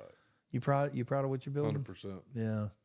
I mean, I try not to be prideful, but we are. There's nothing wrong with proud, though. We're being proud. Yeah. Yeah. You're allowed. You're allowed to be proud of it. Yeah. I never did finish the Matt Blythe thing. For some reason, it snatched back to me. Thank you, Lord. And so Matt Blythe taught me. I was driving with him one day, and I was frustrated. And he said, "Brett," he said, "when your kids are mad," he said, "do you disown them?" You know, of course, I'm like, "No, Matt." You know, he goes, "Yeah, I think God can handle your anger." And I came from Independent Baptist. You don't talk to God that way. He throws lightning bolts. That's right. Bad things happen. That's not true. No. I've found that I've actually been outside and yelled and talked to him and been angry. Even though I knew I was in the wrong and didn't understand, I'm still human and I'm pissed. It goes back to what Joby's recently said. You can still believe but not understand, and let him know that you don't understand, and let him know that you're mad is not. I mean, because I'm like, I had the faith of a mustard seed. Right. I know I did. Yes. But here's what I start hearing when I start doing that. I'm like, oh, well, what kind of genie bottle am I trying to rub? Right. You know, and he's like, son, Preacher McCormick, old school, and I've said it many times on here, and I'll say it many times more. He taught me, he said, Brett, he said, I don't think God much cares. That's how he said it. I don't think God much cares what happens to you. Mm-hmm. I think he cares how you respond to it. And I always thought, now he knows the hairs on my head. He knows what, right? But does he care if I'm in the furniture business or in the roofing business? And then I started realizing, no, I don't. No, none of that matter. Are you telling others about? Are you doing the, the Great Commission and all that we believe in as believers, and that, and then how I respond to, and that's been big for me. No, it's been amazing the work that I've been able to do on that side. I mean, you had a woman on the show not long ago, and I was in her home just a few weeks ago and talking with her, and then all of a sudden it's just like, she's like, Johnathan, this was God send, you know? And she hadn't been to church in a while because some nasty things happened in her life. Sometimes you're not there for blinds. No. I mean, I'm not here for she bought stuff from me, but it ended up being more of a friendship and mentorship and spiritual guidance than it was anything. Yeah. And it's a beautiful thing. Yeah. Jonathan. You like Johnathan better? Johnathan. Okay, Yeah. Jonathan, thank you so much No, for being exposed. Wait till you come back and watch this. You're going to enjoy it. I think your kids will enjoy it too. Good. I think you carry yourself well. Your friend, the national company has a great franchisee.